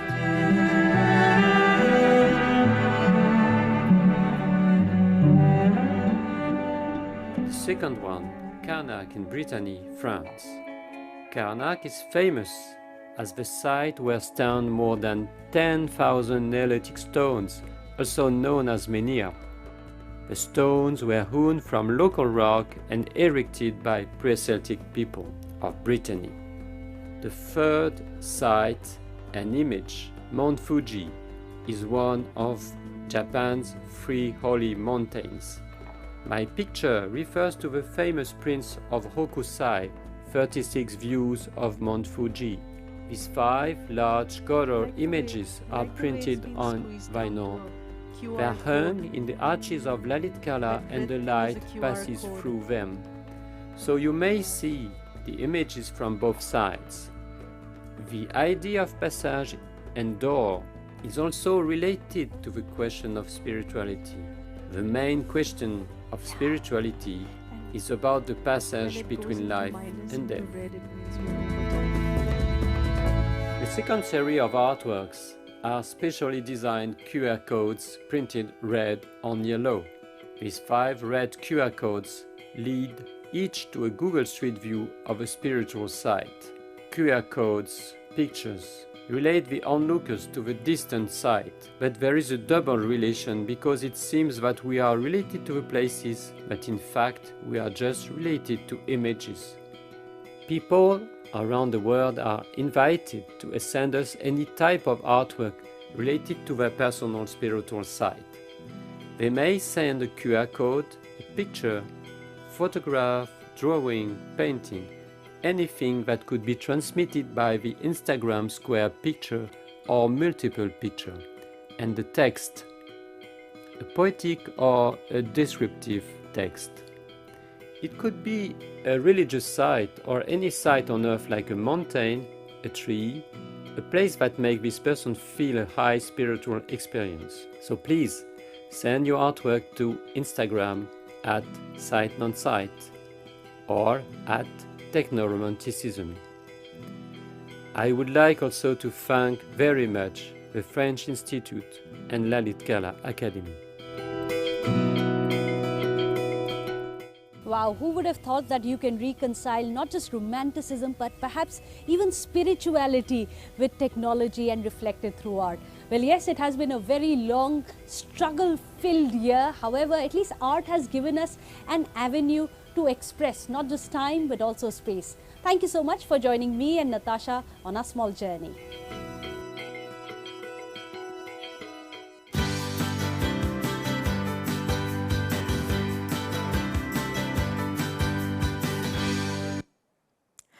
Well, let's continue with that discussion that we've been having, and we continue to have our panelists, Nandita Das, Sanjeev Sanyal, and Christoph Jefflaw with us. First to you, Sanjeev, now, and this is about economics and goals. For most governments, do you think each target is a short-term goal? We're looking at the immediate and the short term. Are there any aspects to which a government beyond its term in power looks at a long-term goal? And of course it does. I mean, you can't possibly run a large country or even a small country or even something as minor as, I don't know, your RWA, local RWA, without having long-term vision. I mean, projects are started by one government, they always spill into another government.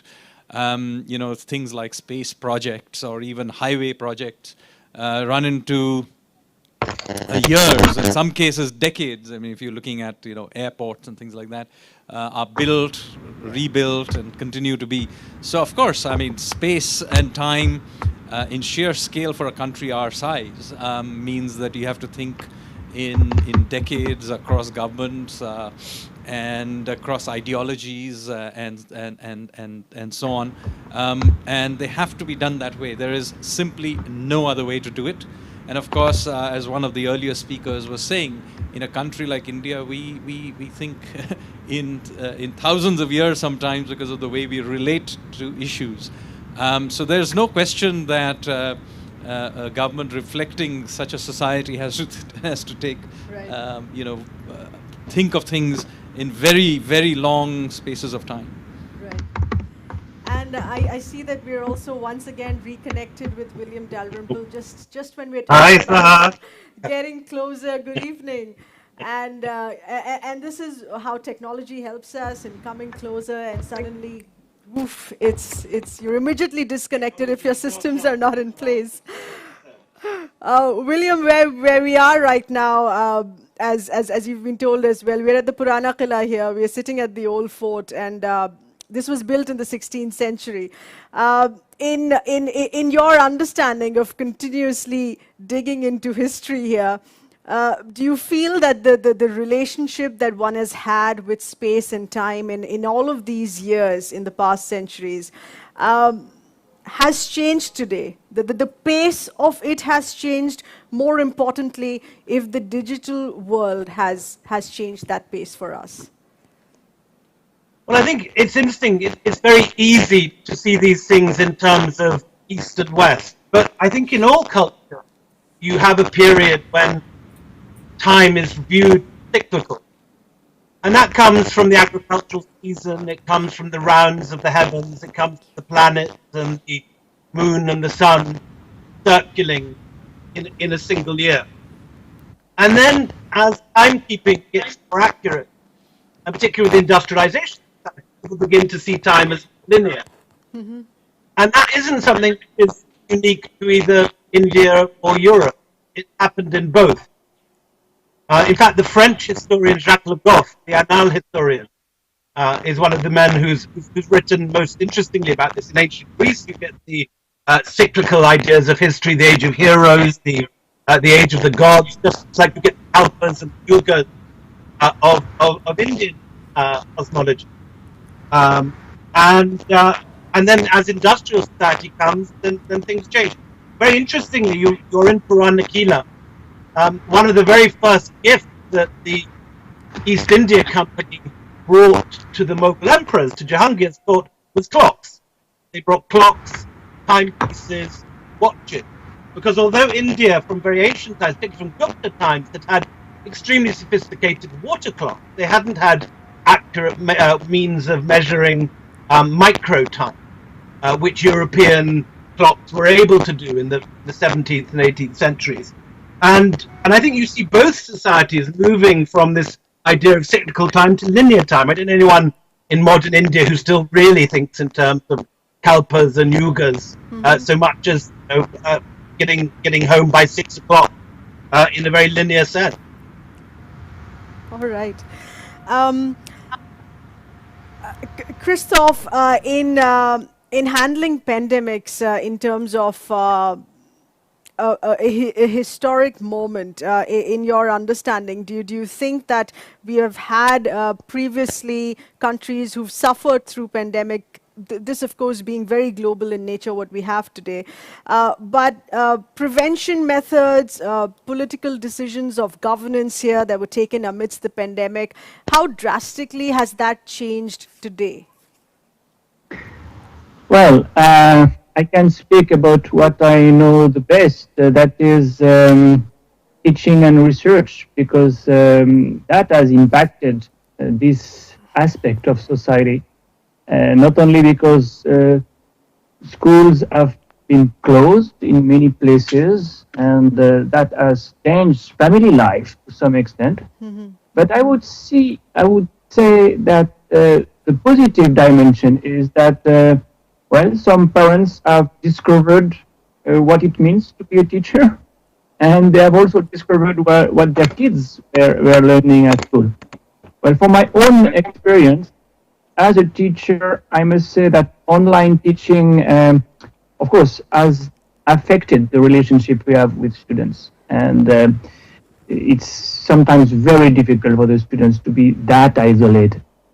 At the same time, also for emphasizing the positive dimension, those who were too shy to raise their hand are now using the chat, and those who cannot afford to come to Paris or London can still register at Sciences Po and King's College and don't pay any rent.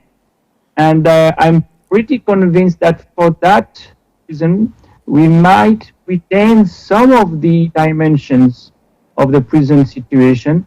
Online teaching, I think, will remain with us for the better and for the worse. And for research, certainly, we will continue to have conferences, transcontinental conferences that will save a lot of money. So it's a point of no return to some extent. Right, but when you talk about your research, there's a lot of ground research that has been impacted in picking up things, nuances, reactions, apart from just facts which are present in text anyway. How do you think we're moving ahead on that? Yes, that's certainly a big issue. Fieldwork has become very difficult. And it means that you have more and more to do collective research in order to benefit from the support of research assistants, and you join hands for getting the same results with many others. Again, I want to emphasize the positive dimension. It means that we will have to be much more collegial if it continues. We cannot travel, we cannot do fieldwork by ourselves, so we have to rely on the young generation, and hopefully that will help the young generation to learn how to do research and to become researchers themselves. Okay. Nandita, this film that you spoke about, that you had brought out, which was during the lockdown itself, a 7-minute film that you've called Listen to Her. And it addressed a concern on how restrictive space can be to the extent of being abusive.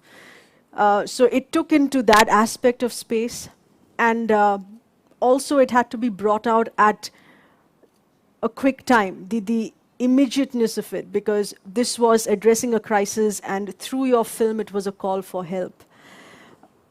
How do you think those two, to play with both space and time with respect to that film, it worked as a call for help? I mean, did it end up having that impact?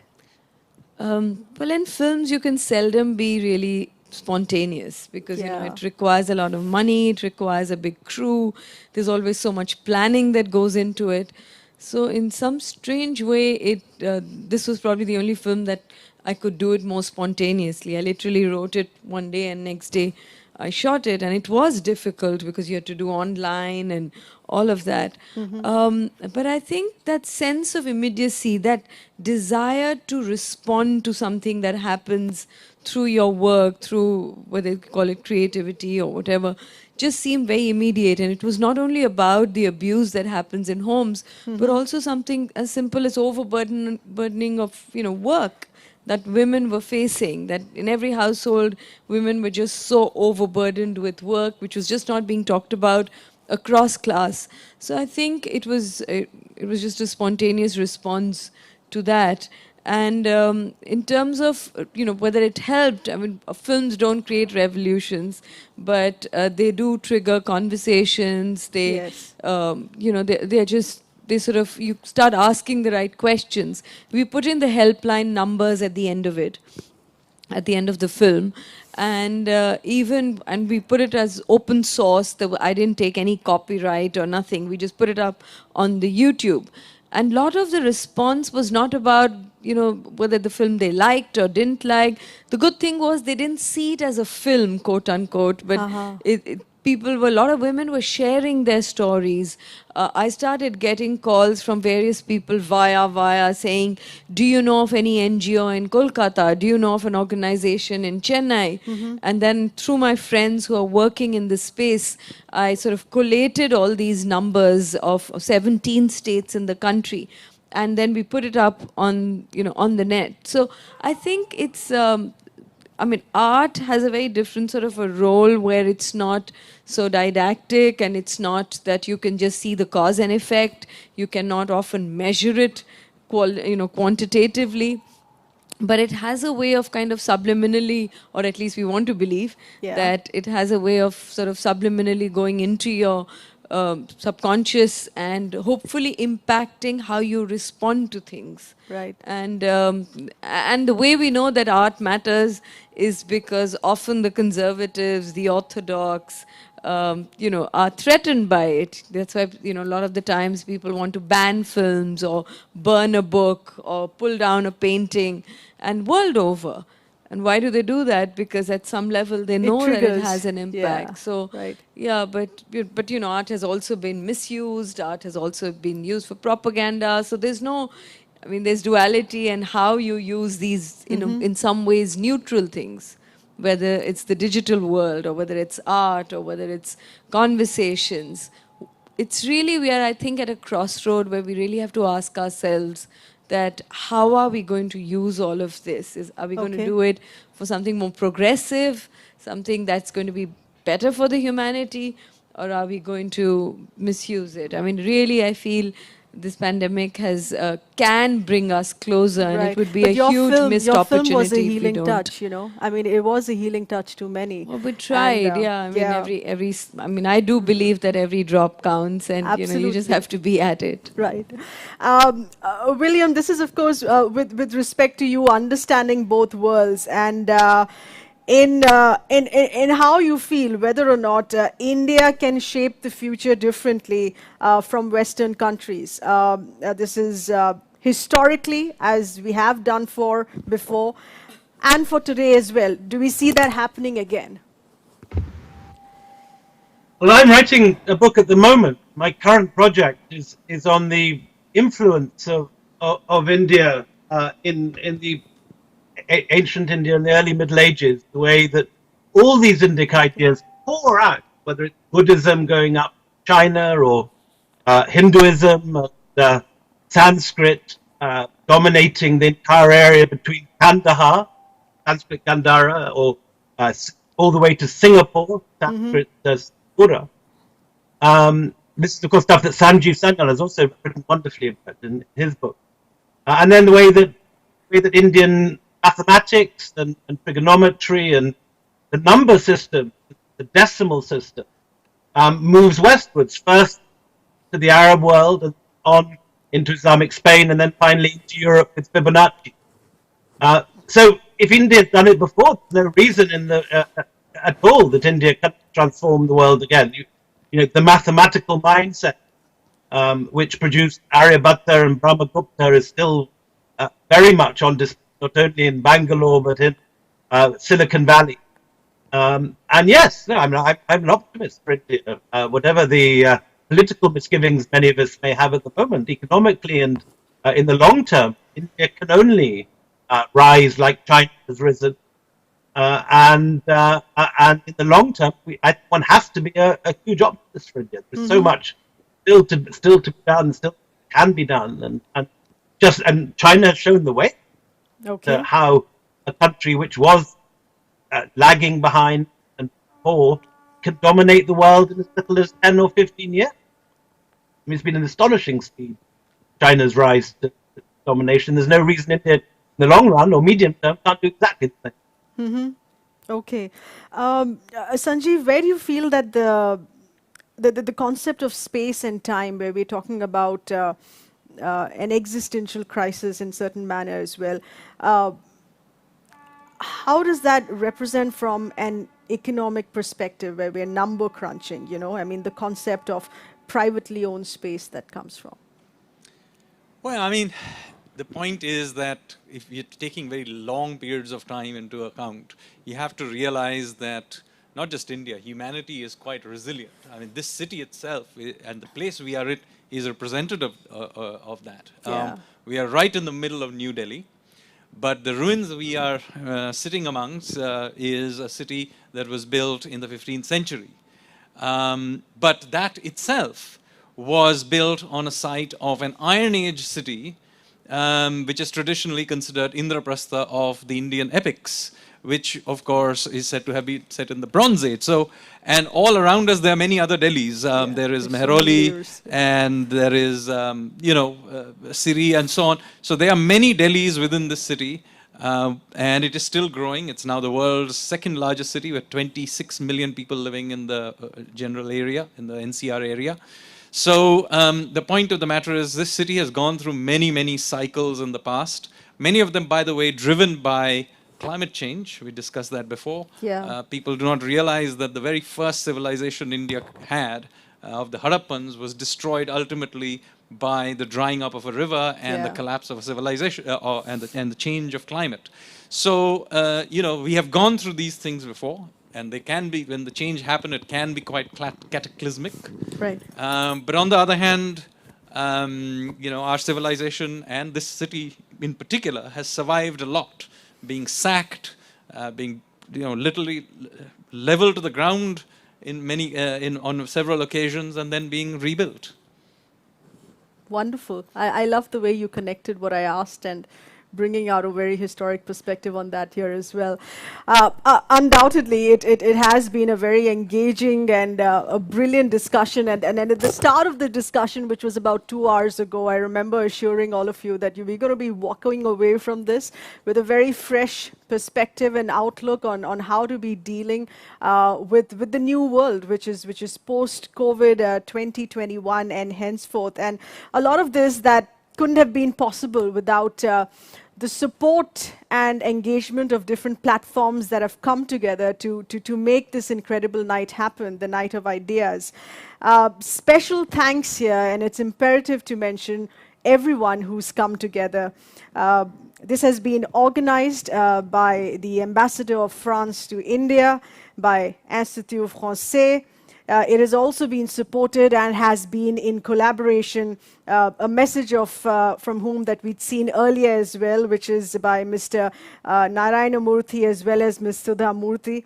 It has also been in collaboration with France 24 and has been supported by the Alliance Française and with our thematic partners, which is our Ministry of Culture here in the Government of India, as well as the Lalit Kala Academy, from where you've seen on-site artists working and bringing out those installations and paintings.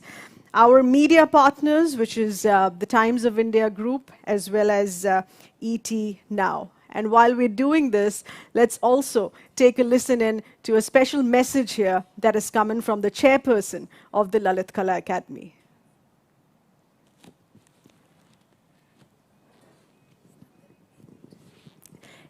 नमस्कार मित्रों, आज आपके सामने आने के लिए मुझे बहुत खुशी हो रही। भारत देश और फ्रांस एक साझा कार्यक्रम लेके आ रहे हैं। फ्रांस के तरफ से एक बहुचर्चित ऐसे स्टारों की दुनिया में कला विजन रखने वाले ऐसे स्टीफन बेरॉन, जो बहुचर्चित और बहुत सम्मानित ऐसे कलाकारों के डिस्प्ले, काम का डिस्प्ले, उनके विचार के कैसेट और खुद स्टीफन बेरॉन ऑन स्क्रीन आपके विचार से आपको अवगत कराएगा। ऑफ कोर्स ये साझा कार्यक्रम के अंतर्गत हमारे भारत देश की बहुचर्चित चित्रकार, हमारी गढ़ी की स्कॉलर नताशा सचदेवा भी आपके सामने अपने विचार से अलग करेगी। फ्रांस के राजदूत हमारे गढ़ी स्टूडियो में आए, हमारे गढ़ी स्टूडियो का आकलन किया, विद्यार्थियों के साथ चर्चा की, उनके काम देखे, डिस्कस देखा, हमने उनकी फिल्म उतारी और फाइनली बोले I am very happy, I would like to join with Lalit Kala academy, this is the beautiful centre I have seen, he said. हम लोग आपके साथ में फ्रांस सरकार की तरफ से फ्रांस एम्बेसी साझा कार्यक्रम टाई अप कर रही। मैंने उनका स्वागत किया। Corona heavily disturb us, till today we are fighting, we will win. और कला ये उसका एक बहुत बड़ा साधन है, माध्यम है। दिमाग को विचार के धन से, हाथ को क्रिएटिविटी के धन से साकार करने का, रम्मान होने का कला एक साधन है। अपने विचारों को साथ में रखे, वो संशोधन कर रहा है, कहीं आप भी उसमें हो सकते हैं।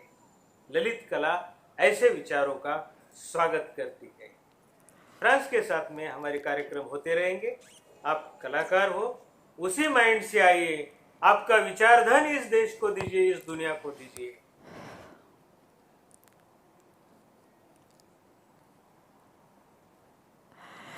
And on that note, a very special thank you to all of you being with us here tonight, our panelists who've been here with us, our audience here in India, and our global audience as well. But we still have some more time for the 2-hour window, and we're leaving you behind on a brilliant musical note. This is a very special collaboration here that has been done across continents. At a time when traveling, sitting together, composing together, indoor studio spaces was not possible, but nothing has stopped the music. Digital interactions, digital rehearsals, as well as a final digital compilation as well. This is from the Noonatak band, which is in Paris, to percussionist B.C. Manjunath in Bengaluru. We're calling this Noonatak meets Kunnakol, where the Kunnakol, to help you understand this better, the Kunnakol are actually percussion syllables of Carnatic classical music. Enjoy.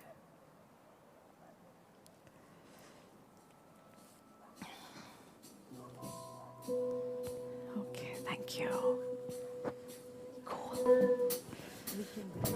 Yeah. Yeah. We're done. Yeah. How is Ratenda doing? Yeah.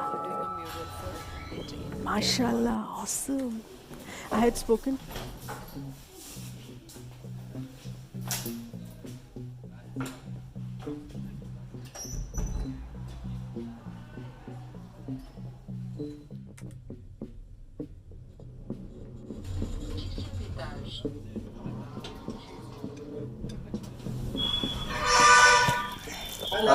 Hi, Manjunath.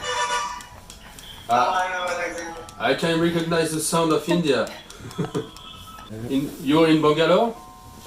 Yes, Bangalore. Yeah, I'm teaching mostly. Okay. Not. Online teaching or? Yeah. Yeah. But bad times for live music and for traveling? I've been travel since February. Yes.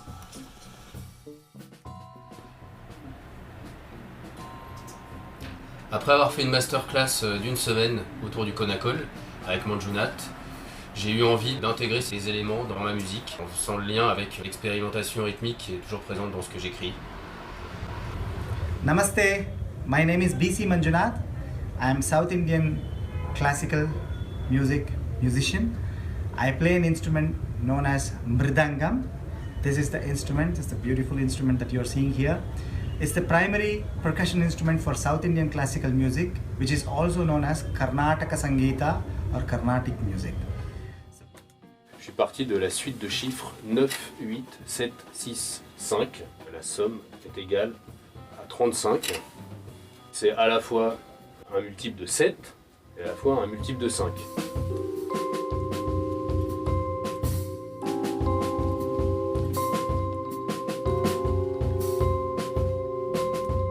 C'était quoi la main gauche? C'est à la main gauche, hein, je fais du 4. À la main gauche, je fais du 4. Voilà. Je fais 4 x 8 plus 3. Et c'est par rapport à ça que je devrais pouvoir me repérer normalement. On va pouvoir mettre une mesure en 7 et on va pouvoir superposer aussi une musique en 5. Ce qui est intéressant aussi, c'est que 35, c'est 8 mesures à 4 temps, plus une mesure à 3 temps. The main goal is to do a tune and to do music with this, and not only mathematics. So that's the project. Let's see if you like what I'm going to start. Okay, thank you very much, Manju. Bye. Bye bye. Puisqu'on était allé en Inde ensemble à l'automne 2019, j'ai eu envie de monter ce projet de collaboration avec le trio Nunatak.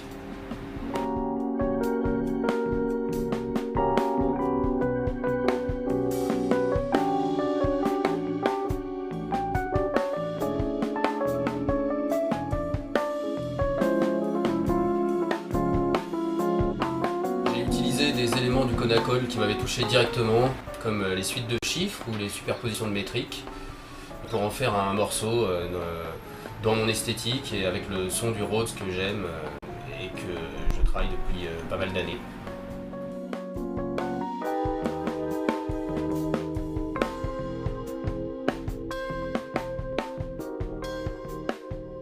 Je vous le joue une fois.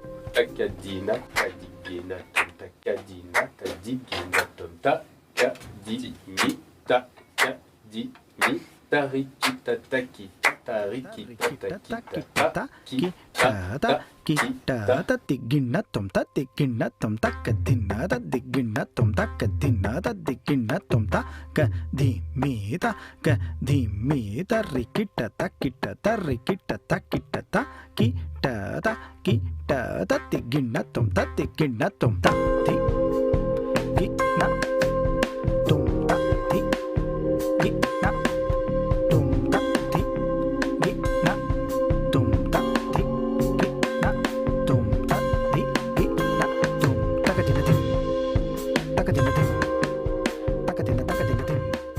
So what are the syllables that I'm using is takadina digina tom. So how do I play that? Takadina tadigina tom. Then I'm using takadimi takita tarikita takita tadigina tom. And then dinatatatin, dinatatatin. Dinatakadim, dinatakadim, dinatakadim, dinatakadim, dinatakadim, dinatakadim, takadinatakadim, takadinatakadim, dinatakadim. On l'a fait une première fois, donc c'est ça qu'il a fait.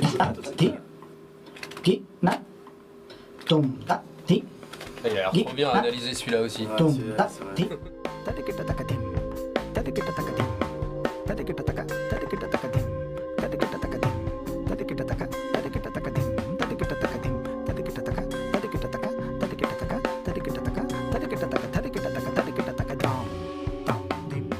there are many fingering techniques for one phrase. Sometimes it is possible that I am not playing exactly what I've explained here because for the flow of the music. That's a good news that it's not so mathematic. Well, at this moment, I'm not really concentrating on the mathematics. Mathematics is only to begin with, and then everything is about logic to me, you know? Like it's a logical connection, and then everything is about the dynamics and the emotions in what I do. So mathematics is only to start.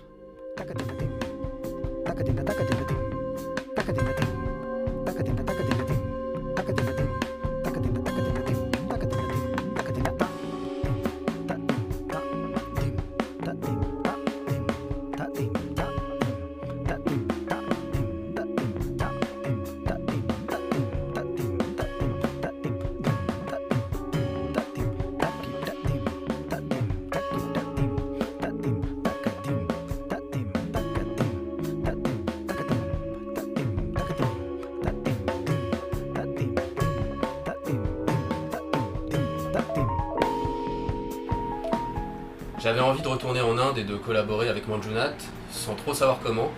Finalement, la contrainte de la distance a répondu à la question. There was a connection between your music and my music. Honestly speaking, I don't feel so different. Ever since we were children, gurus, they taught me to blend in. I just have to make some small adjustments to what I do, but majorly, I don't change so much.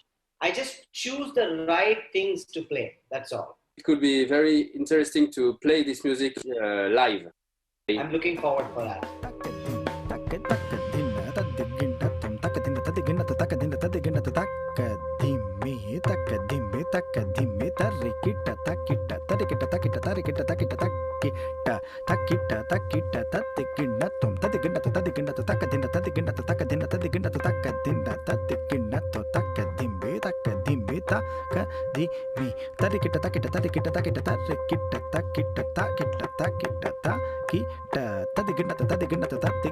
Kita